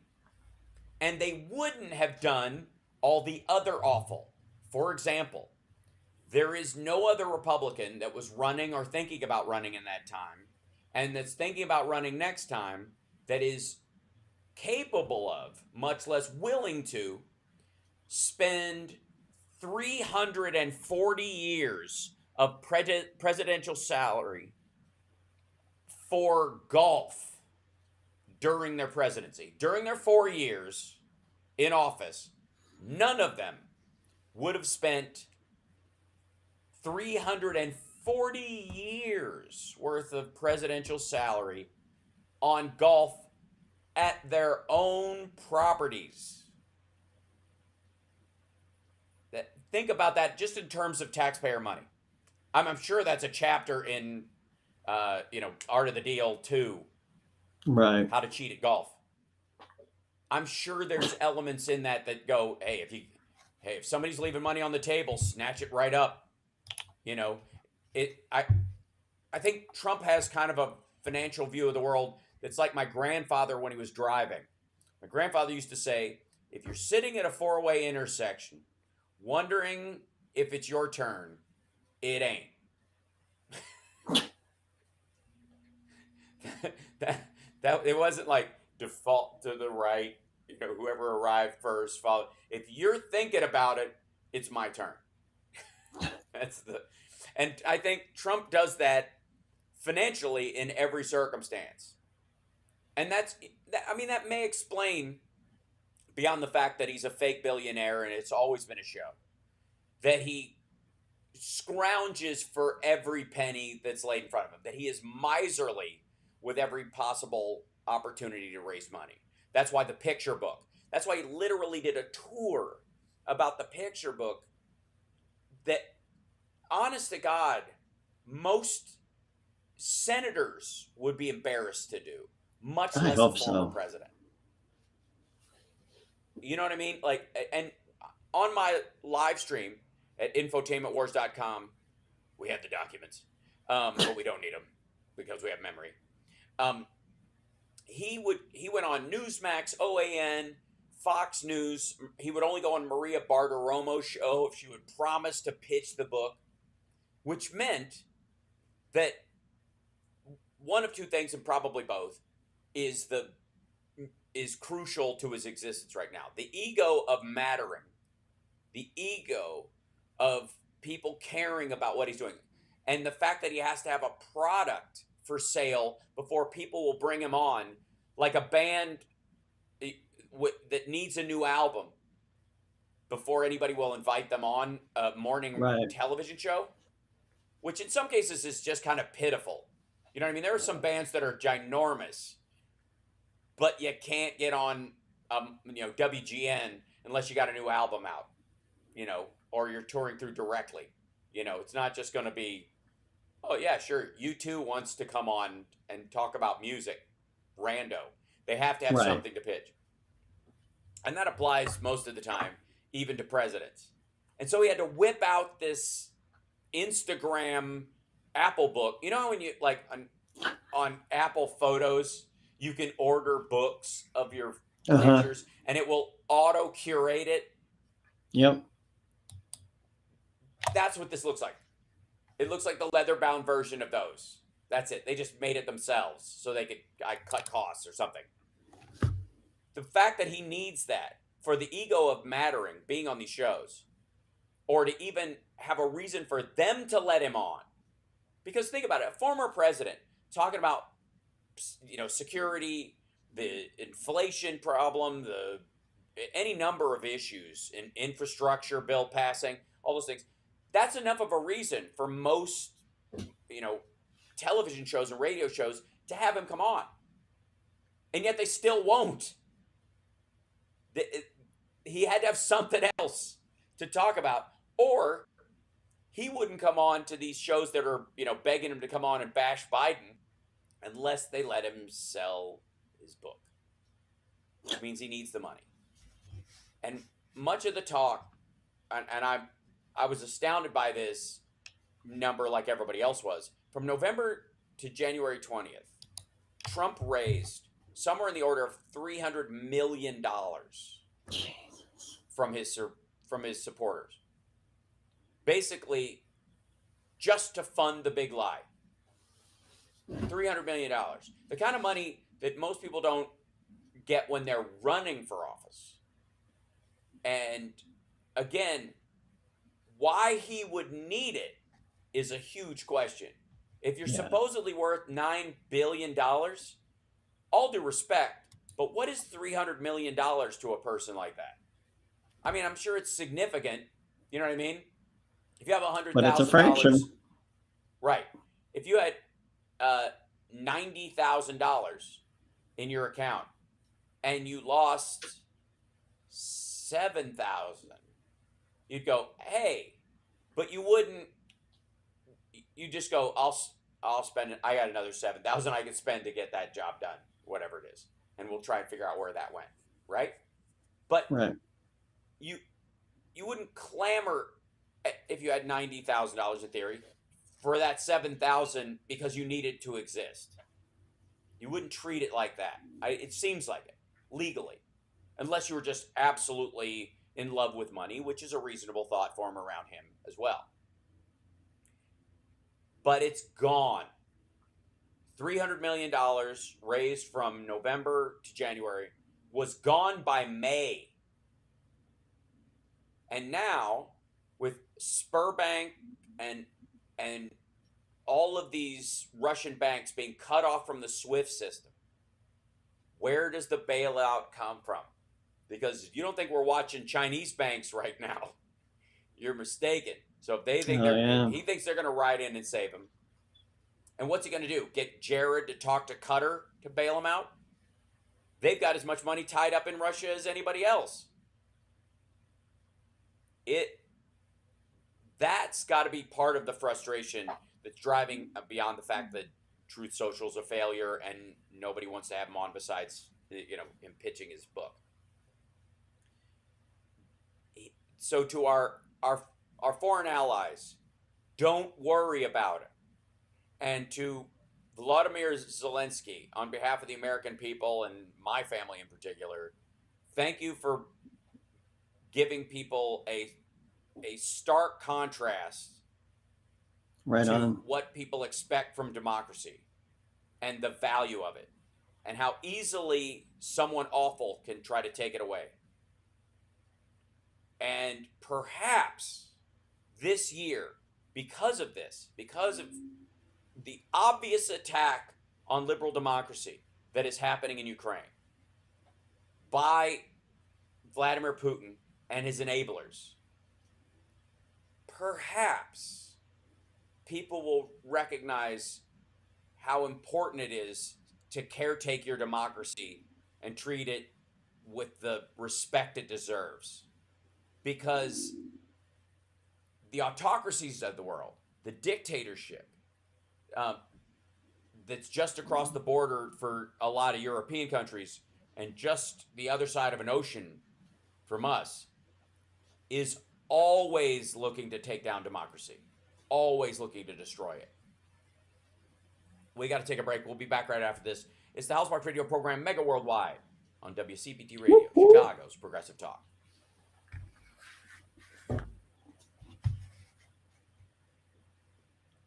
And I will be right back, Mr. HAL. Okay. All right. Oh, there he went. Hold on. Let's close this for a second. And then, am I frozen or can you guys see me? I can't tell if it freezes me or lets me show. And I'm listening to an echo in my own head, and it's annoying.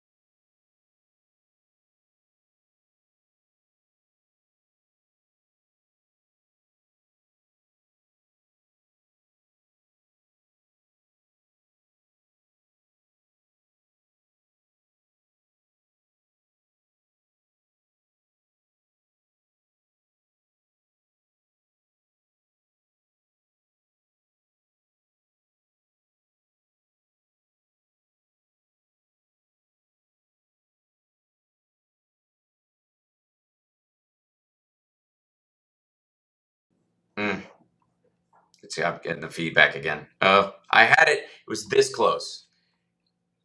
I was fine. Hi, Johnny Million. Welcome back. How are you? I'm good. Can you hear me? And then, yeah, hold on. I've got to.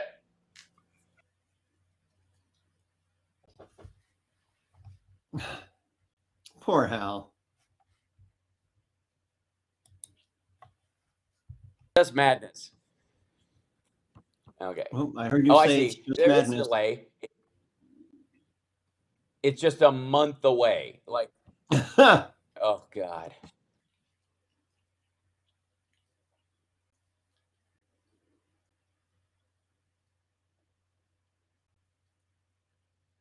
Can't hear you, buddy.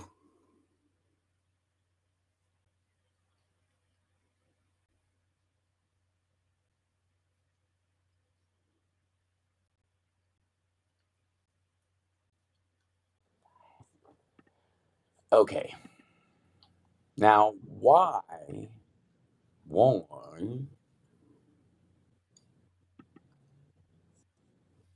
Why would I be hearing myself? There's no reason. There is no reason. No reason. I want to hear Johnny, so I have to hear this loop back, or it's not going to work. You have to. Okay. I have to. I must. Well, part of it is the fact that, let's see, Chicago's on there. Johnny. And just to the chat, I would start riffing and going crazy, but Hal's mid problem solving, and I can't do that to him. Right. I can't just be like wackadoo, wackadoo. You kind of can, actually. It Yeah? would make me feel slightly better. You can talk, because that, at least then I know audio is flowing. Oh, So, okay. That's the. Now you right. sound creepy, they say. What if I do this? Oh. So perfect. That's fun. Yeah. There's more where that came from. Right. Yeah, exactly. Got the Aldi brand. Can you see it? It's hard to tell. Aldi brand of lemon lime or lime seltzer. Sodium free, calorie free, sugar free. And I can't hear Hal. I see your lips moving. Nope. Check. Oh. Still, it's delayed, but it's there. And now I sound again. I still hear two of me, and it's there's no particular reason. I've checked. It is just glitch central. It's just glitchy. Really? That's all there is to it. 25 Yeah, minutes, buddy. I know. Just get through it. What in the world? I'll tell you what I can do. Is I'm gonna. What can you do? Good. I can switch to eCam, but that would be a tooth pull during the break. Please tell me we're Let's see still if we can on do break. Yeah, we are temporarily. Okay, I'm going to try and fix something that way and keep Chicago going. If I lose you, that I apologize. Okay. But I'll be here. What I'm going to do is I'm going to send you an interview thing on. Sign off on here. I'm going to send you an interview thing on eCam. Okay. Bye. Cool. Yeah.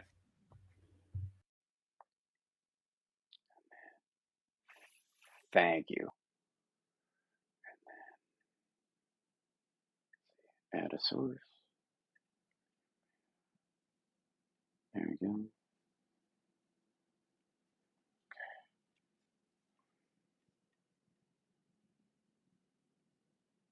Okay, chat. I'm going to sign off on here, and then I'll be back on in a minute.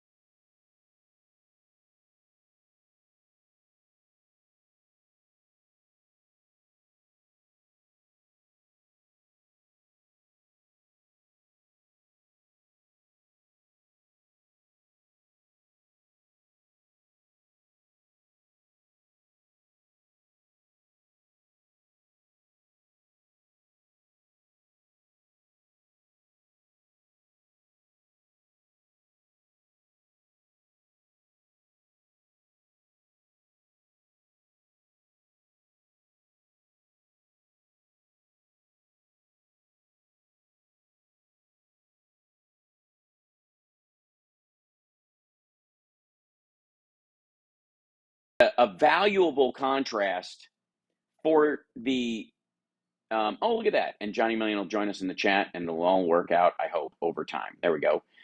So Johnny, I'm going to add you there. And I think you're there. And then the trick will be trying to make sure that I get your audio into Chicago and without too much rigmarole. Okay. Wait, Chicago audio looks fairly terrible right now. I apologize if it's bad. Let me know. Does it sound okay, Chicago? You all right? Okay, great. I'll just bring myself down a touch, and then I'll eventually get Johnny Million in there as well. Now, over the course of the last bit, and you can hear me fine, Johnny Million, can you not? I sure can. You can indeed. All's well. All is well. And then what I will do is do this business. Okay. Why in the world? Okay. I should be able to hear you, Johnny Million. Yeah.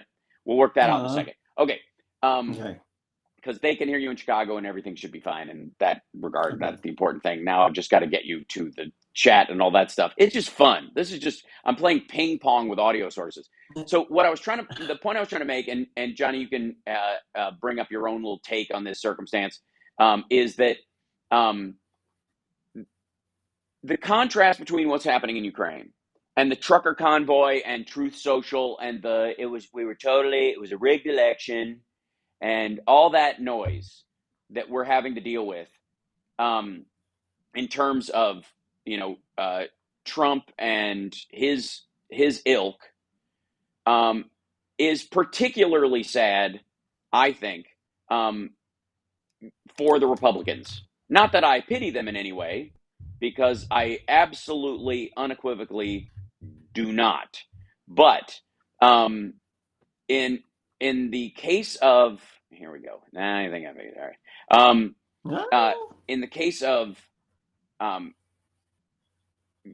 Trump and in the Republicans, you've got, who are the front of their party right now? MTG and Matt Gaetz and Donald Trump. And the entire purpose, the raison d'etre of their entire party at this point is simply so that they can, I guess, dunk on Biden, right? And create a, and I think I can hear you now, Johnny Million, if you want to say hi. Hey, there you are. So I can dunk on Biden. They can dunk on Biden, which is the primary goal there, and about specifically domestic issues. And then the idea that somehow foreign leaders, Putin in particular, and by the way, I think I finally locked this audio so I can actually start talking like a human being again. Yay. Oh, it feels so good. And Hal Vickery gave us another super chat. There, he did. Look at that. It's popping up right on my face. Look at that. What is that music I hear? Look at that, Hal Vickery. Thank you so much. I'll turn that down a bit.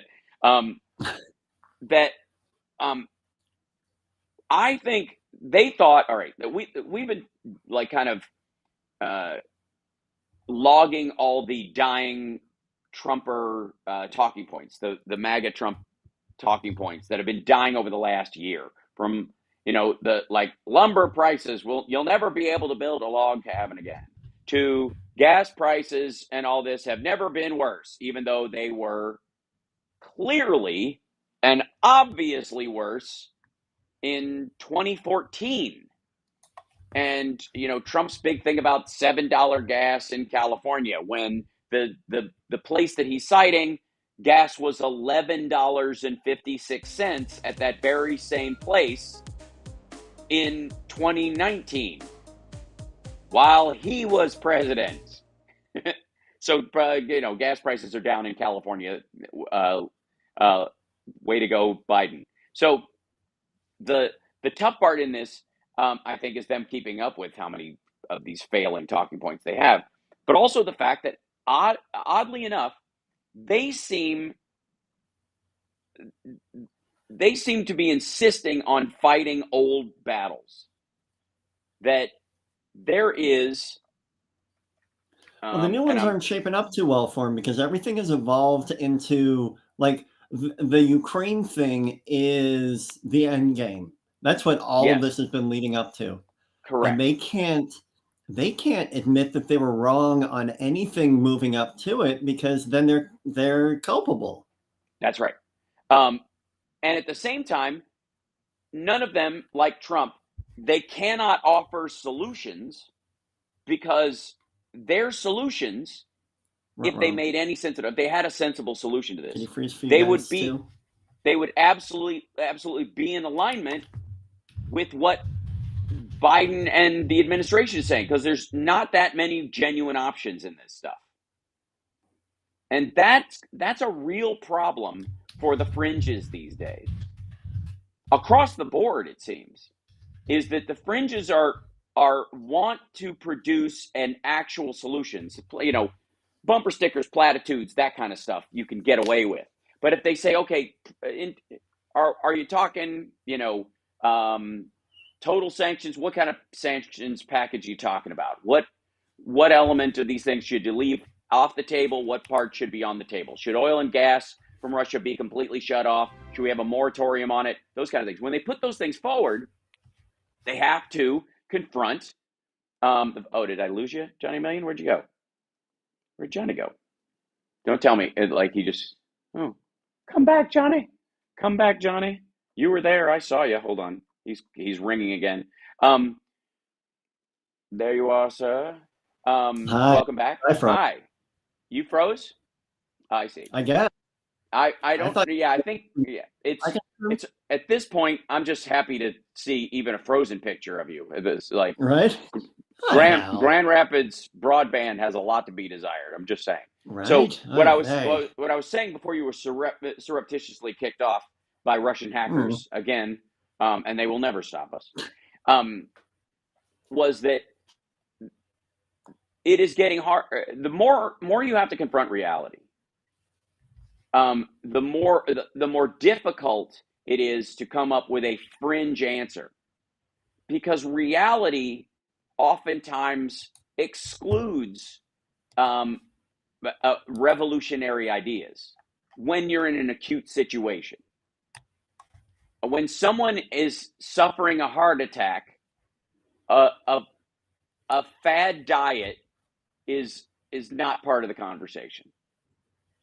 Neither is a conversation about how much they should regret how they ate and took care of themselves up to this point.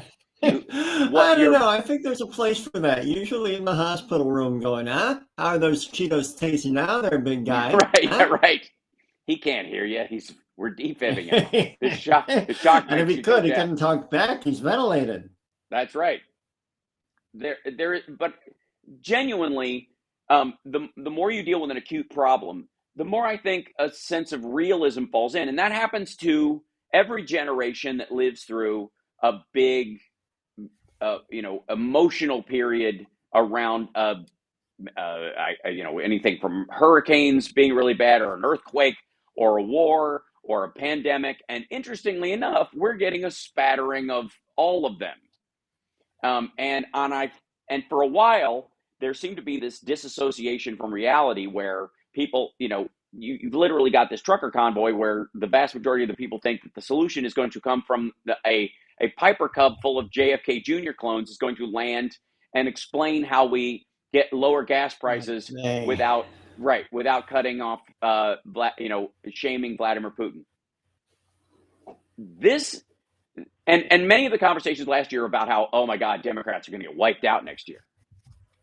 They're gonna be, this is, Biden's ratings are, terrible. It's gonna, he's 33% in the Quinnipiac poll, right? And then all the rest of them, once you announce the 33%, which was an outlier, by the way, the rest of them were like 44, 46. They were all at the top of what Trump had ever gotten. Trump never got above 45. 45 never hit 45. Remember that about polls, as far as approval rating. In the process, though, Biden had this 8-point bump in the last 2 weeks because of the reality of Ukraine setting in, and people, like I said, retroactively looking at the circumstance that was in Afghanistan, going, oh, these kind of situations are rife with complexity and danger. There is no clean way to get out of a situation like this. It's happening all the time.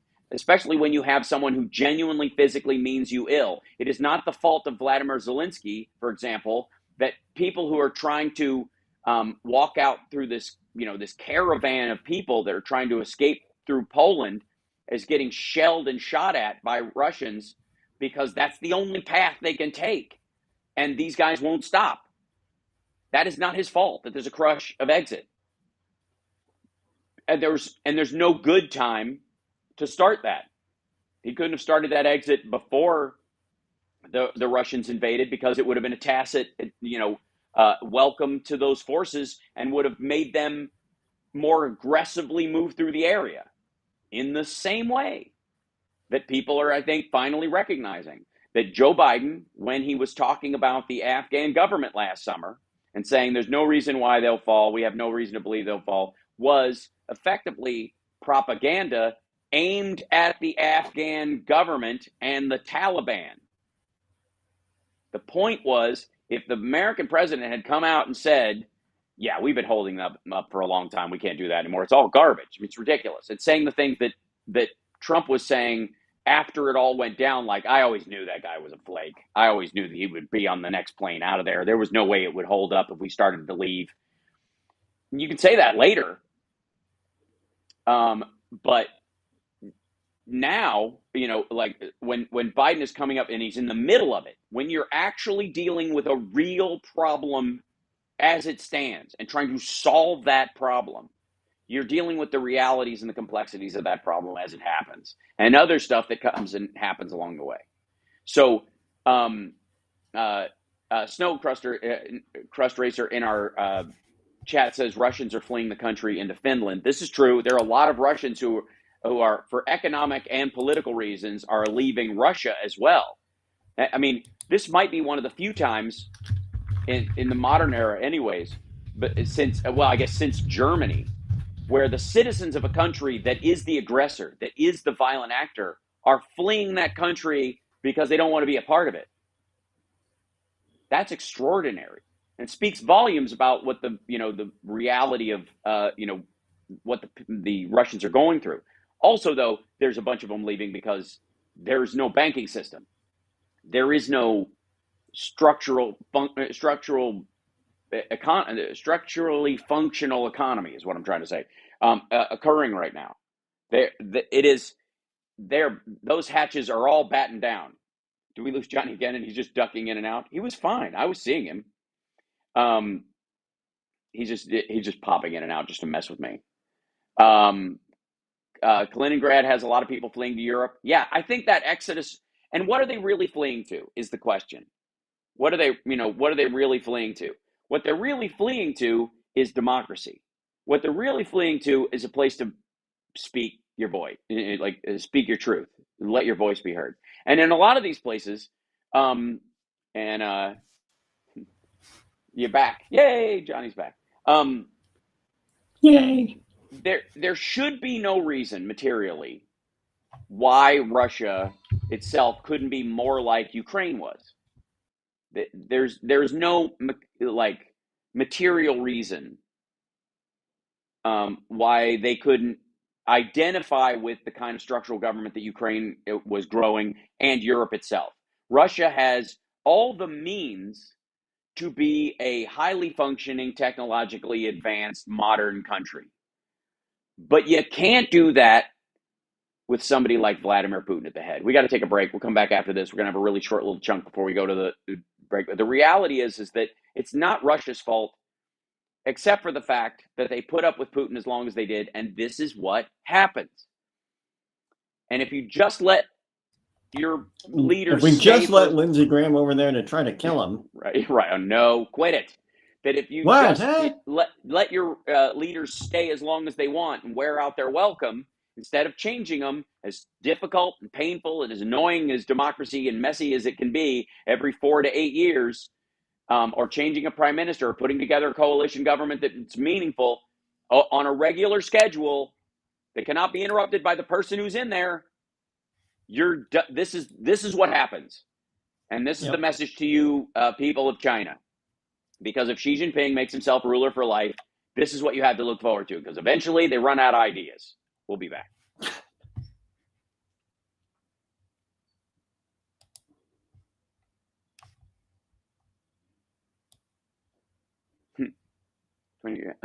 Trying this. Agreeing with Johnny Million, says Wes. Don't agree with me. It's a bad Thanks for becoming idea. a member. Yay. Even in spite of you can tell people are dedicated when they're becoming members in spite of the technological glitches these days. The hard With a part. badass name like Linda Slaughter? Linda Slaughter? What's wow. up? One of the biggest issue I have, obviously, is getting audio to places. At some point, I'm going to either have to find a solution for clean feed that uses another source and just knock it off entirely, because that's the problem, trying to source it to two separate websites, and I have to use two different browsers to do it, Right. who hate each other, and the companies, thank you, and the companies that make them hate each other. Yeah. Ugh. Somebody say something about Navalny other than the fact that he's a good person. Oh, Ed, I'm pathing the audio. I'm Well, using somebody loop did back. ask earlier if Anonymous had hacked into Russian TV. Oh, right. I hadn't heard about that. Mm-hmm.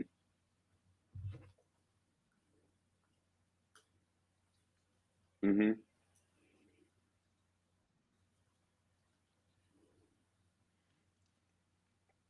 So we're kind of at the happy ending. We've only got a few minutes left, and I do want to say that there's some bright spots, you have to look for those kind of things in moments like this. Like I said, the jobs report that just came out is a nightmare for Fox News, because they're in the hate America business right now, and nothing good that happens to America is good for them, and they just can't do it. But it was something in the order of 678,000 jobs added. We are at 3.8% unemployment. The most jobs created in one year in the history of any presidency. Now, I am comfortable shaving off about half of those, even because of jobs coming back because of pandemic. That's reality. That's the difference between jobs created and jobs returning. Right. And I made that point about Trump bragging, and I will make the same case. However, fundamentally, the argument was that we are going to add about 3 million jobs, and we have added 6 plus.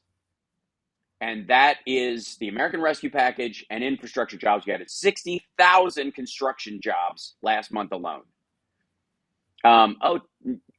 Tony, that's an interesting thought. Might be a nightmare. I'll look into it. That said, also, Russia thought this would be a cakewalk. That that they would roll in, wipe out these people, everybody would drop their guns, they would decapitate literally and figuratively the government of Ukraine, shame them, scare all of their other satellite states into behaving like Kazakhstan, don't you get any ideas kind of stuff. And that the people of Ukraine would, that whole stuff about greeting them with flowers was nonsense, but greet them as liberators. Maybe there were some people telling Putin this, but I don't think he believed that either. I think he just genuinely thought they'd be too scared to do anything, and fear is a great way to control. And that failed. We are now, 10 days in? Yeah, Putin said 72 hours they would take that country. We are 10 days in, and Putin has lost, and this is terrible for the Russian soldiers themselves, has lost more soldiers in a week and a half than the U.S. lost in Afghanistan and Iraq in 20 years. I cannot... Johnny's just dropping in and out, because that's the happy ending. He just bailed on me. The happy ending is Johnny's back. And then the other thing is, I suppose, our biggest point of joy, besides Johnny joining us for the last minute of the show. You're fine. You're fine. I'm seeing you fine. Are you just freezing and they're telling you that in the chat room that you're frozen? No, it's slowly, the eCam slowly disconnects me. Oh, I see. It's revenge. It I'm just going to say we're under attack because we're doing the Lord's work. I think so. And we're too too pro USA for Fox and Putin right now, and they just sent the dogs of war on the internet after us because it's the only thing they got. That's the other thing, and this is probably it. Everything that Anonymous says has to be taken with a grain of salt, and there are a lot of non-anonymous, that's fun. Yes, aligned with there are a lot of non-anonymous groups that are, they're not aligned with any particular group that are attacking Russia for their own reasons right now, but I guess are tacitly under the envelope of anonymous. There's a lot of groups doing it, attacking Russia's, banking system internally, whatever's left of it, and their utilities, all that kind of stuff. Not the U.S., not any other country, just these hackers alone who are sick of this and are disgusted by what they're saying. While taking it with a grain of salt, hats off to the hackers of the world, because it has stymied Russia's attempts to hack Ukraine and stop them being able to heat and light their people along the road to getting out and saving their own lives and supporting themselves. So good on you. And we will see you guys next week, and when I will be at home and free of all technical difficulties. Everybody else, see you this week. See you this week on infotainmentwars.com or twitch.tv/HALSparks. Like and subscribe. Give a thumbs up. Join the show. Subscribe on infotainmentwars.com. Bye.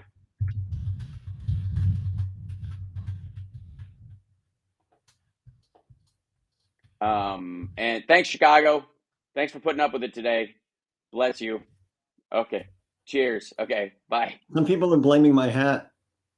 Oh, it's your hat. You have a Tim Pool hat on, and they think it's wrong.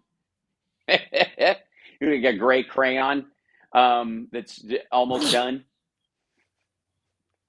I think what I have to do is, and again, I think this might be, I can't tell where the glitch in this, other than the fact that Restream does not want to work on Safari fully. They want to work on Chrome. And if I use Chrome, then the other Chrome-like ones, like Firefox, they have the same problems. They're trying to drive. We're in Netflix territory. We're in the Netscape. Remember Netscape? It was a great browser, and then the idea is that Microsoft killed it because they didn't want to compete with it by not allowing a lot of their addendums to work with it. So if you had a Microsoft page, it wouldn't look right, and that kind of stuff. There's a lot of that going on in, people just assuming that Chrome is the primary, and they just work to that platform, and the hell with the rest of them. And Safari has a lot more security measures to make sure you're not being hacked, to make sure people can't open up your camera without your permission, that kind of stuff. And Chrome does not. And so that makes it, you got to jump through a couple more hoops if you're making a streaming software that goes through Safari. So they just default, they go to Chrome instead. And then I think there's just a bunch of loops going on in that. And in doing Chrome, like Firefox has some pretty stringent ones too. It's got some pretty stringent privacy rules, and that's what does it. And then if I slowly disconnect again, it is not intentional. I need you to know this. I was taking it because you're starting to get choppy, and it looks like it's going to kick me off again. All right, I'll let you go. Bye. I'll just let you go, because it's better for us to be able to. Yeah, just let's do it on our terms. Yes, I love you, Hal. Good job today. It was hard. Thank you. Oh man, bless you, and I will see you next time. And then yes, much love and bye. Okay, and then hi chat room. It's just us. Hold on, I'll get this out of here, and then the whole thing goes so much easier when nothing else has to happen. That's and again, the frustration in just trying to get this thing working, and the lack of understanding. I restarted twice before any of this even started, and it was just driving me nuts. So thanks for putting up with the hemming and hawing at certain points. And like I said, the audio from Phil was really good, so I hope we will be able to later. Oh, thanks. I'm glad the hair is looking good. I got up early enough to wash it this morning. I gave myself a full hour to work out what would be the issues, but I can't know the audio part until we're actually up and running. And Chicago doesn't call me until we're past the hour point, so I have about 60 seconds to see if I can get audio to and from Chicago the way it's supposed to be, and it's always a something. So the clip notes of Philip's call was, and you've heard some of this, but the essence of it is that the Russians don't understand, or Putin in particular, and some of the people around him don't understand that the Ukrainians, that Zelensky is their George Washington, that this is absolutely a ethical and spiritual war for them. Hey, Moto, good to see you. How you doing, man? Long time no see. Hope you're well.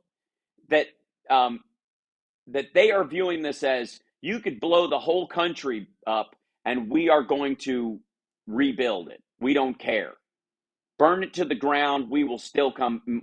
This is our country. We're not going anywhere. We'll stand in ashes and fight you to the last man. And they're all talking like that, and they friggin' mean it.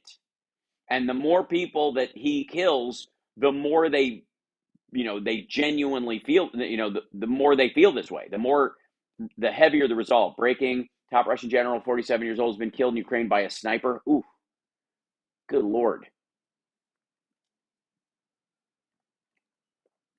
Thanks for, Katie, at this point, we should have a much easier system. And just sometimes it's just a monkey wrench. I can't, and again, it's trying to do a radio show and a live stream show at the same time. And sometimes they just don't mix. But holy smokes. And again, that, there is no reason. I showed you guys that 1997 agreement that NATO had,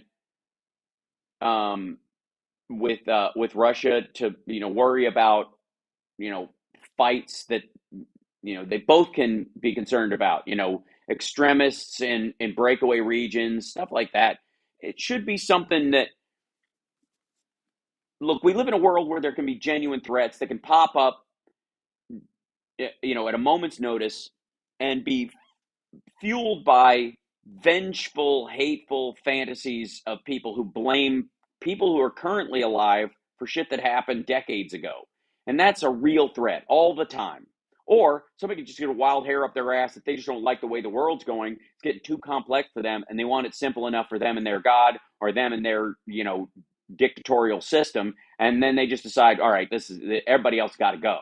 That can happen at any time. And with all the scattered Russian nukes and garbage that's around the world, and the weapons that are just, have been left behind on battlefields the world over, or are freely available from the North Koreas of the world, that's, thank you so much.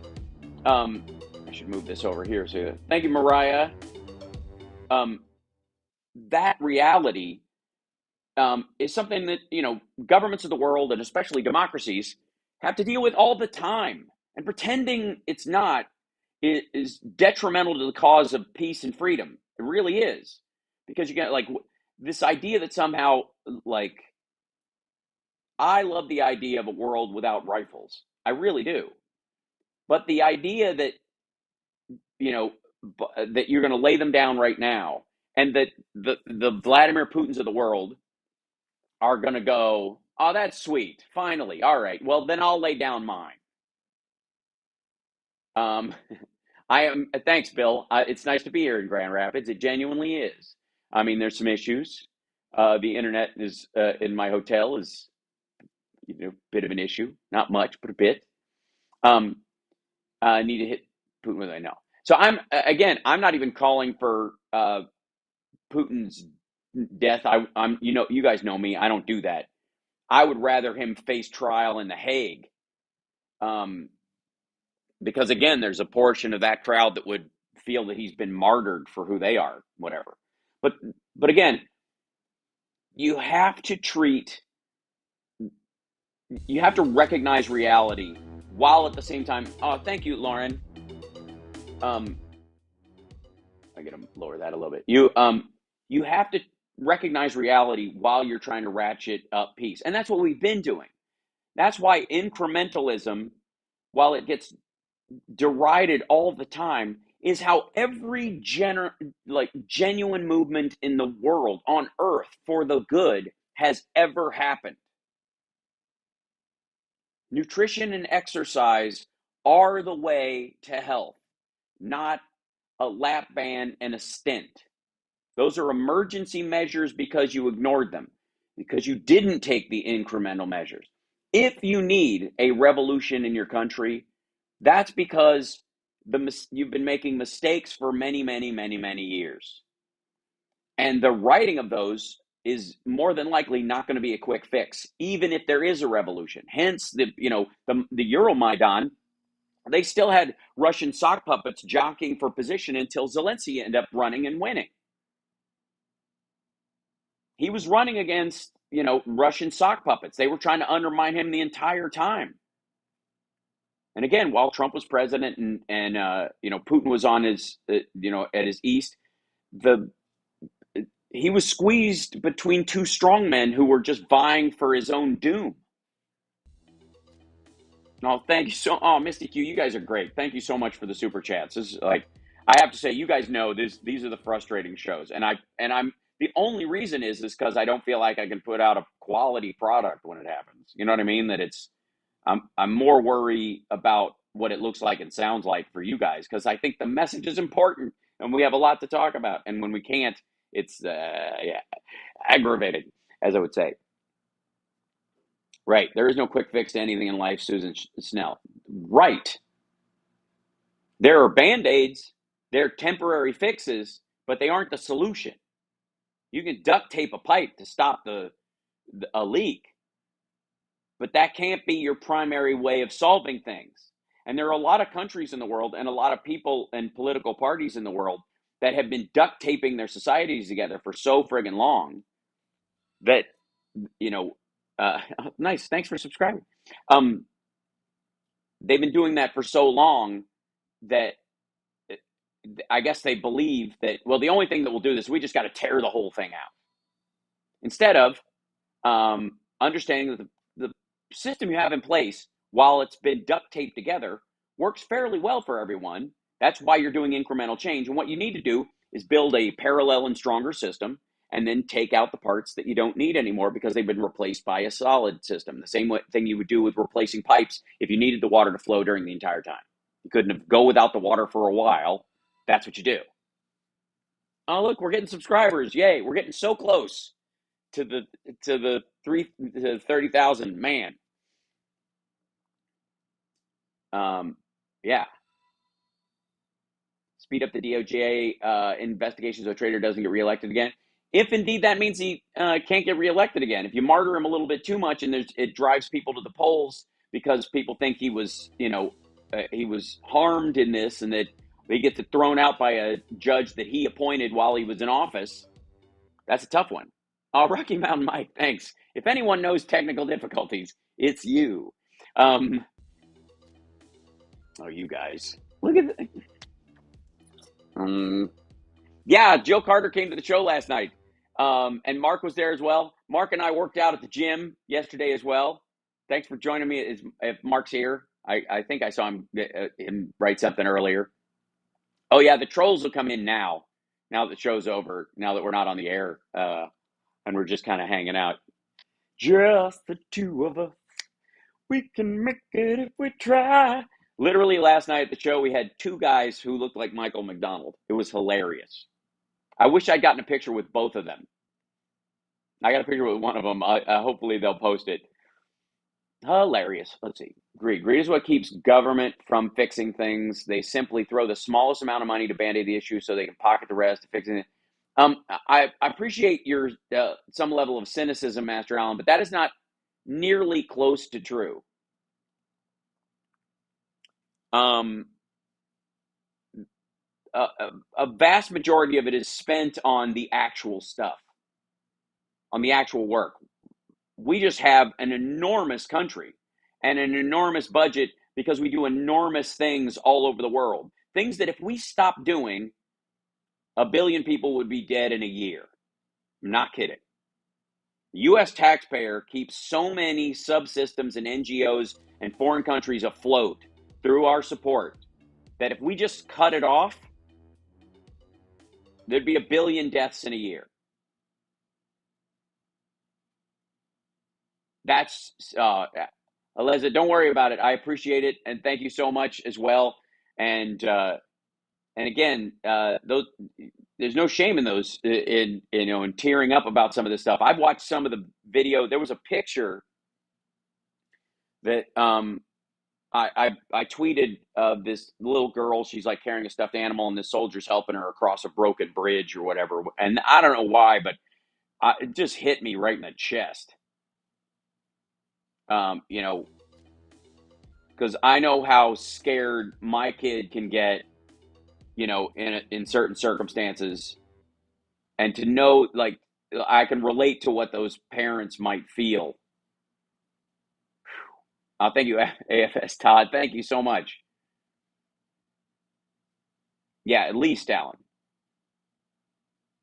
If the United States stopped our foreign aid and stopped our support for NGOs and stopped our environmental outreach and stopped the stuff that we do in the world, there'd be 1 billion dead people in a year. They are alive simply because of the material support and the existence of the U.S. Navy, of the U.S. Coast Guard, of U.S. funds, support, controlling my tears. They all run down my throat and make me sneeze. I understand. Ukrainian moms drove to Poland, gave their kids to relatives, went back to fight. Yeah. And it's sad that they should have to do that in this circumstance. Because again, if you have a country that doesn't have a functioning government and it's been war torn for a while, there's been an ongoing civil war, that's genuinely racked the place for years. It's not that surprising that it gets to a point like this. But that Ukraine was largely settled. This is not, this is an attack on stability, because that's the only place, Putin can have any impact on the world, is knifing stability. Oh, thank you, Carol. Thank you so much. And it's a rough thing to watch. And at the same time, I think a lot of us are overwhelmed with pride. And I think once we get closer to the election, hopefully this will be remedied, and Putin will be driven back into his bunker, his COVID paranoia bunker, or removed as the president and replaced by somebody who wants to at least play nice with their neighbors, for God's sake.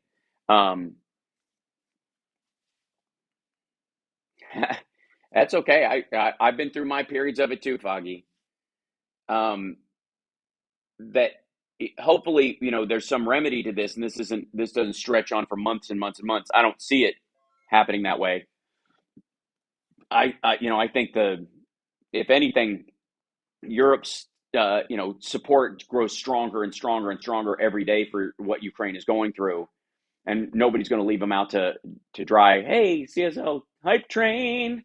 It's nice to have a hype train in that. In that I can't see it right now. Let's see. Maybe I can.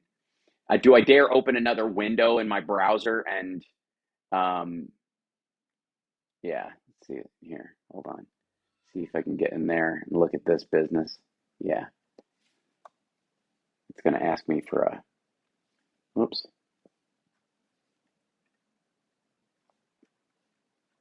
Ta-da. And then it's going to ask me for, code. Good Lord. That's the fun part. Hold on. Ta-da! I've got, Regina, thank you so much for the coffee and snack fund. No, Carl, I just heard. I'm so very sorry, Carl. Dude, I wish I was in California to drive over and hug you right now. Just saying. Consider this a hug until I can see you. And let's see. And then I'm gonna try. I'm doing a little housekeeping. I mean, at this point, who cares, right? I've had to ice skate uphill through all this stuff, but these are not. There you go. There you go. Little concern that I won't be able to do this. There you go.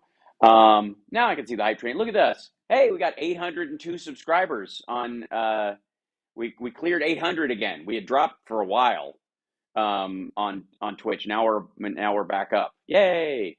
That's great. There you go. Yes. Yes, respect in the chat, everybody, amongst each other, especially if you're on the team. We expect that kind of behavior from trolls, but not amongst ourselves.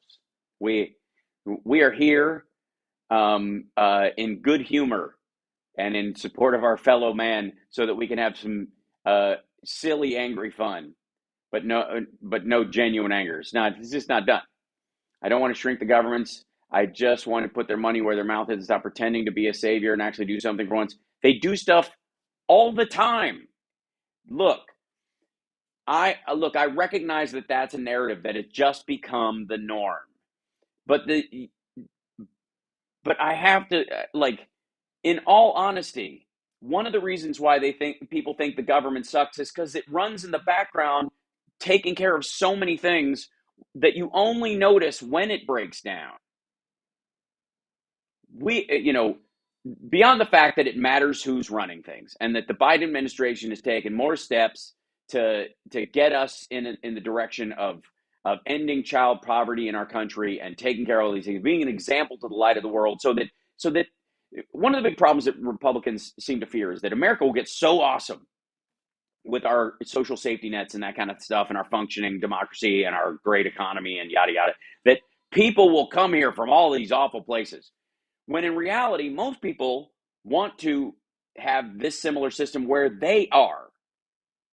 And while we can't export it by force, people can import it by recognition. And every day, all day, the government does with your taxpayer dollars a myriad of things that without them, your life would be a hellscape. Is there waste and fraud and that kind of stuff? Yes, because any complex system will have those things, whatever. But like I said, the fact that the U.S. taxpayers paying for the FAA is reason why there's not why 30% of the airplanes in the world don't fall out of the sky every goddamn year. You do that, the American taxpayer, because without that system in place and its attention to detail and its insistence on certain qualities of qualifications of the pilots and the air traffic controllers and the technological elements involved. If you want planes internationally to fly to your country, you need this, which the FAA set up because you, the American taxpayer, thought it was important for a very fucking long time. Without that, millions dead every year, period. And that's just it. Yeah. The internet, right, was created by the American taxpayer when it was an intranet. And then, the whole joke about Al Gore creating the internet and that he took credit for it. He was the only guy in the room when Clinton and all those guys were talking about what to do with the intranet when they brought the new one online. They have a newer, faster than fiber optic thing that they use for the military. What do we do with the old one?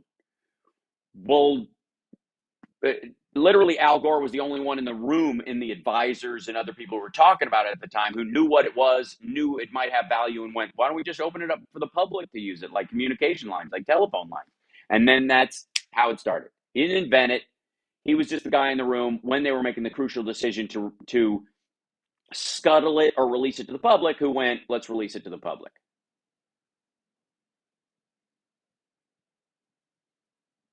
Yeah, we love you, Carl.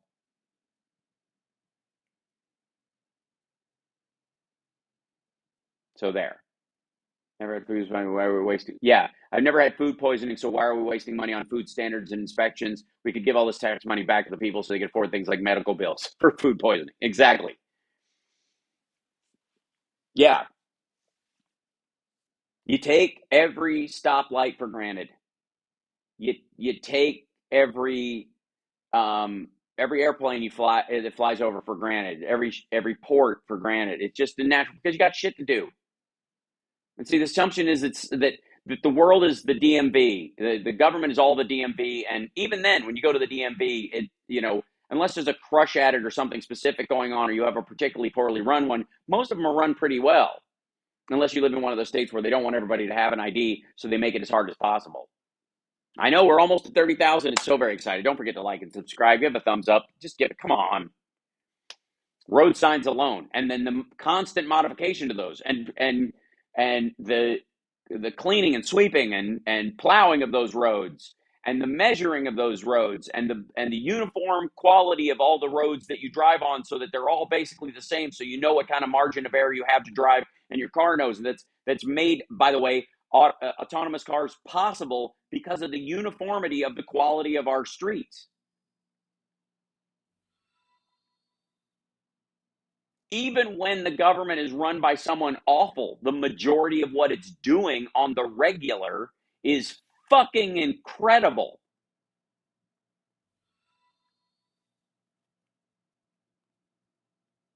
It just is. And maybe it's just me, because I have no interest in falling back to the old West.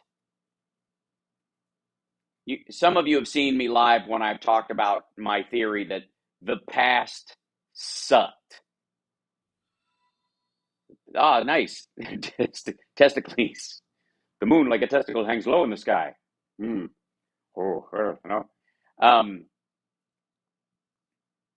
So you have to, hey, people are lining up. Look at this. We're getting there. We're getting so close.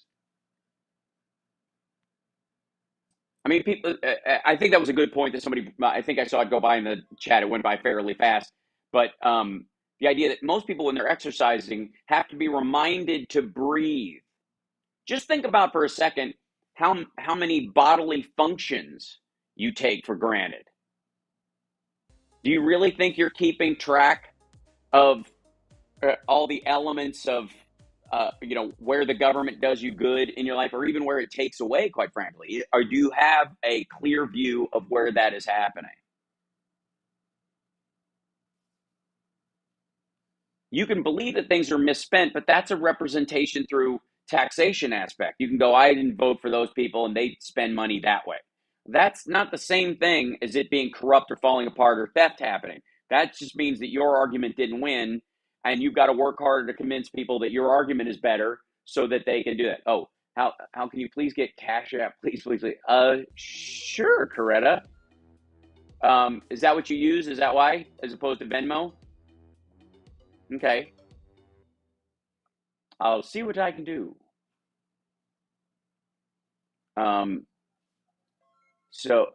Yeah. I just, and again, it's not being naive or Pollyannish about the government. It needs constant gardening. But this baby with the bathwater bullshit does not serve us. And it is anti-citizenship. It's anti-freedom. It's anti-voting. It's and again, it's kind of it's like a low-res grumble that doesn't actually solve anything. And that's a shame.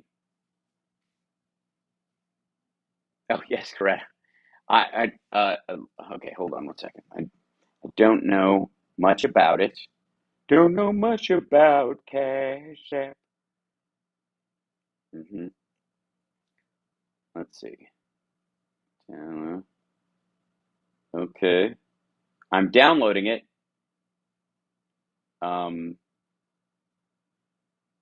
Let's see.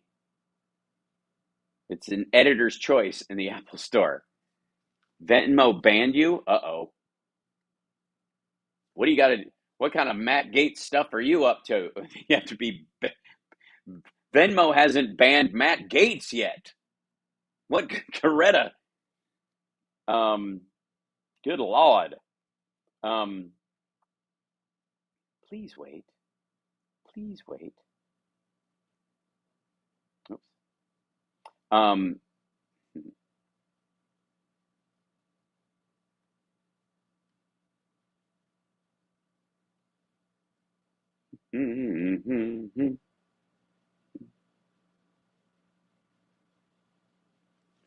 And let's say, oh, my Truth account? That hasn't happened yet. I'm still, yeah.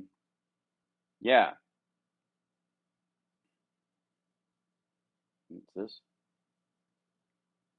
Oh, yeah. Hmm.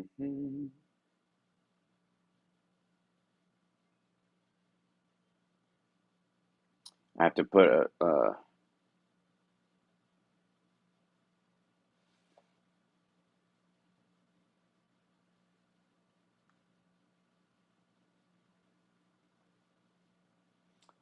Okay, and then is there a? Let's see. Is there a thing on there with the thing? Not now. And there we go. And then let's see. Is there a? Look at that. Okay. Check. Hold on. Wait. I think I'm actually onto something. Hold on. And then I take this picture, and then this is at least something's working right technologically today. By God, by gum. All right, and then we send this to my Mac Pro, and then I open it in my Mac Pro somehow, somewhere. There it is. Whoop. There we go. Open this guy. Options. Open. There we go. And then we take it and we. Oh, thanks. And then I edit it. Let's see. Crop it. I'm gonna do crops. Where do we crop? Maybe I just do it this way. Here you go.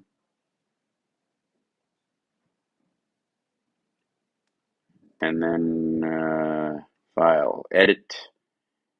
Where's the cropping on this? Tools, crop it, crop it. Excellent. And then we take this picture and then we take it and we drag it over here. Oh my God, that's large. That's way too big. Ta-da! Look at that. Hey, I did it. I mean, I don't know if that'll work on the screen. It might be the res might be terrible. That's a different code thing than I'm used to working on, but it was worth a shot. Hey, look at that. I now can take Cash App. That's great. Yay! Whatever that is. There you go. It Cash App's like Venmo. I can just put that up in rotation. I put the eventually I'm gonna have like these on like patches like NASCAR, like PayPal, Venmo. Like if you want to help the show, use that. Oh, the badge icon's in the way, right? Good point. Right. I'll put it over here. There you go. Ta-da! That's so silly. I'm silly me. Oh, silly me. There you go. So close. I had it, and then it slipped away. Um, I have a band-aid because I was taking pictures of people last night at the show, at the meet and greet after the show, which I do after every show, and somebody's bracelet or I think it was a ring. It felt like a ring, and when I was moving and people were like moving around behind me, and I was putting my hand behind people to uh, like do pictures like this, something that they were wearing or whatever. But if, like I said, it felt like a hand with a ring on it went beep like that. And then after a couple pictures, I looked at the back of my hand and it was just blood dripping down. And I was like, oh, I've been slit. So anyways, they went and got me a Band-Aid and put it on there.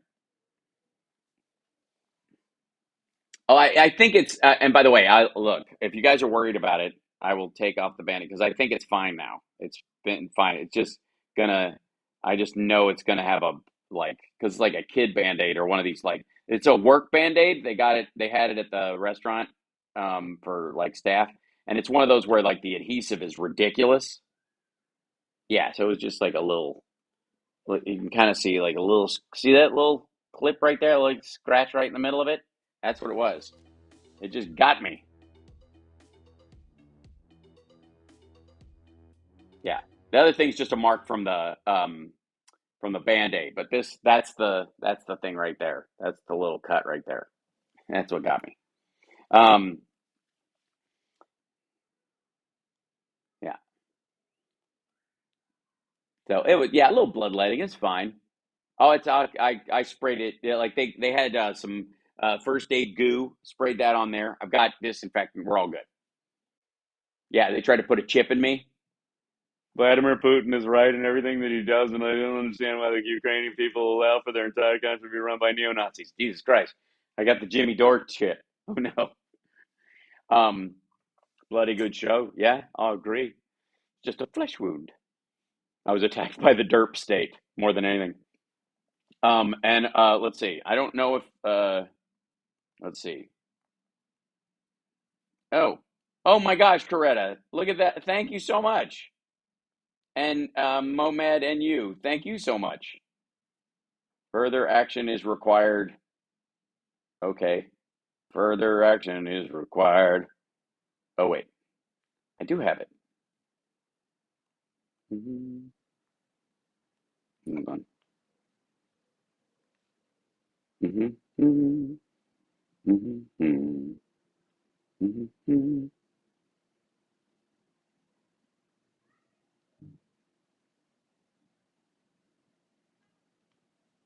I have okay.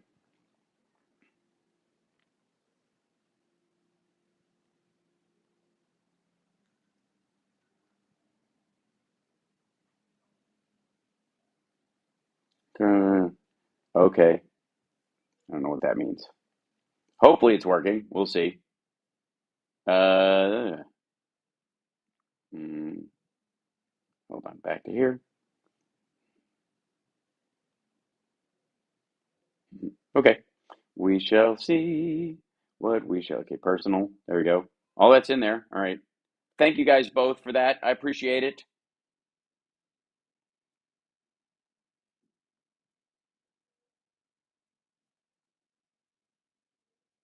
Mm-hmm.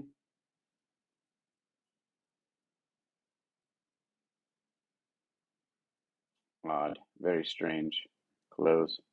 Okay. Notifications. Not now. Accept. Confirm. Done. Accept. Confirm. Oh, I didn't realize you had to do that. That's great. Okay. Thanks, guys. Oh, you sweet. Look at that. Oh, now that's blocking that. I got to move it down here now. There you go. Thank you, Greg, for the Canadian support. I have to sign off before this just becomes a friggin' fundraiser. Why is the V in your shirt always up to your items? I have a few. No, this is I think it just gets copied. This is just the cut of it. I don't have the big V necks. Basically, like the H&M crews. That's how they work. I'm also getting bigger, so my shirts might not fit the way they used to. But then the cut on the sides is the problem. None of them are big enough for my shoulders, but if I buy ones that are big enough for my shoulders, they hang like a dress because I got a nice V taper. And so I'm going to have to start, you know, as I continue to work out and build a chest, which is coming, it's working, it's coming, you know. As I keep doing that, I'm going to have to, right, I'm going to have to start, you know, buying a different cut of shirts. Yeah. So, anyways, all right. I'm getting yeah, Under Armour. That'll do it. Thanks, Mohamed, and you. All right, it's a deal. Don't be Russell Brand. No, wear the down to here. I just like the itchiness of it. All that, like, okay, yeah. You know, I got like the Jesus V-neck, right? Oh, I won't get. Believe me, the the don't get too big thing is never going to be a problem for me. I'm not that kind of person. Um, yeah, just go straight Fabio. That's what it is. I know life is far from Grand Rapids, but Dearborn has the best Middle Eastern food. Oh, yes. Well, that's true. I have eaten Middle Eastern food in Dearborn. That is true. That's pretty great. I mean, I've also had Middle Eastern food in Dubai, so yeah, pretty close. All right, I'm going to sign off. Thanks for Greta for motivating me to get on do the Cash App thing, and that's a new graphic that I'm going to have on there. I'll get my Venmo one up on here if I have to use it again. And thank you guys for the support. I love it. It's very reassuring, and I again, especially after like a day where the show is just a friggin' tooth pull. And I'm getting a little bit spoiled in that our live stream is way easy comparatively. I mean, we run into occasional glitches because of stuff, but it nowhere in the order of this. So I'm gonna have to. I think I need to do a clean sweep of new tech to get my audio to Chicago and out again with using something that's a little more mechanical and reliable, because I just don't trust the internal software to do it anymore. So it may be that I gotta like contact Chicago through the iPad, which is still broken, but I can see things. That if I hook the audio in and out through that, I could send audio and receive audio from Chicago in that as a physical source, as opposed to an internal thing that runs in and out. But then having two sources, two things that have to be hooked up to the internet when the internet is often the problem, is another fucking. Okay. I'm all right. I'm gonna panic myself just thinking about the stuff of it. Yeah. So, but we'll work it out. Meanwhile, my AirPods are dying, so that's a sign I got to go anyways. All right. Take care of yourself. Take care of somebody else. I will see you guys soon. Oh wait, is there? Do we have it in here? Hold on. I think I do. Window sound effects. There we go. Yeah. Look at that. Oh, Lulu girl, thank you so much. You guys are awesome. And I'm going to sign off now. And I will see you guys on Monday, regular show. I got to go do a stand-up show. Anybody who's coming tonight, remind CSL that you're coming so he can make sure I have a full list. Because they swapped nights last week. So some of that got screwed up in the process. Friday, Saturday was Saturday, Friday. So if you're coming to the Saturday night show, let me know, please. And I will see you there, and you and a guest for free if you're a Patreon supporter. Can't wait to see you guys. Can't wait to give you a hug. It's going to be good. All right. Talk to you later, guys. Bye. Bye.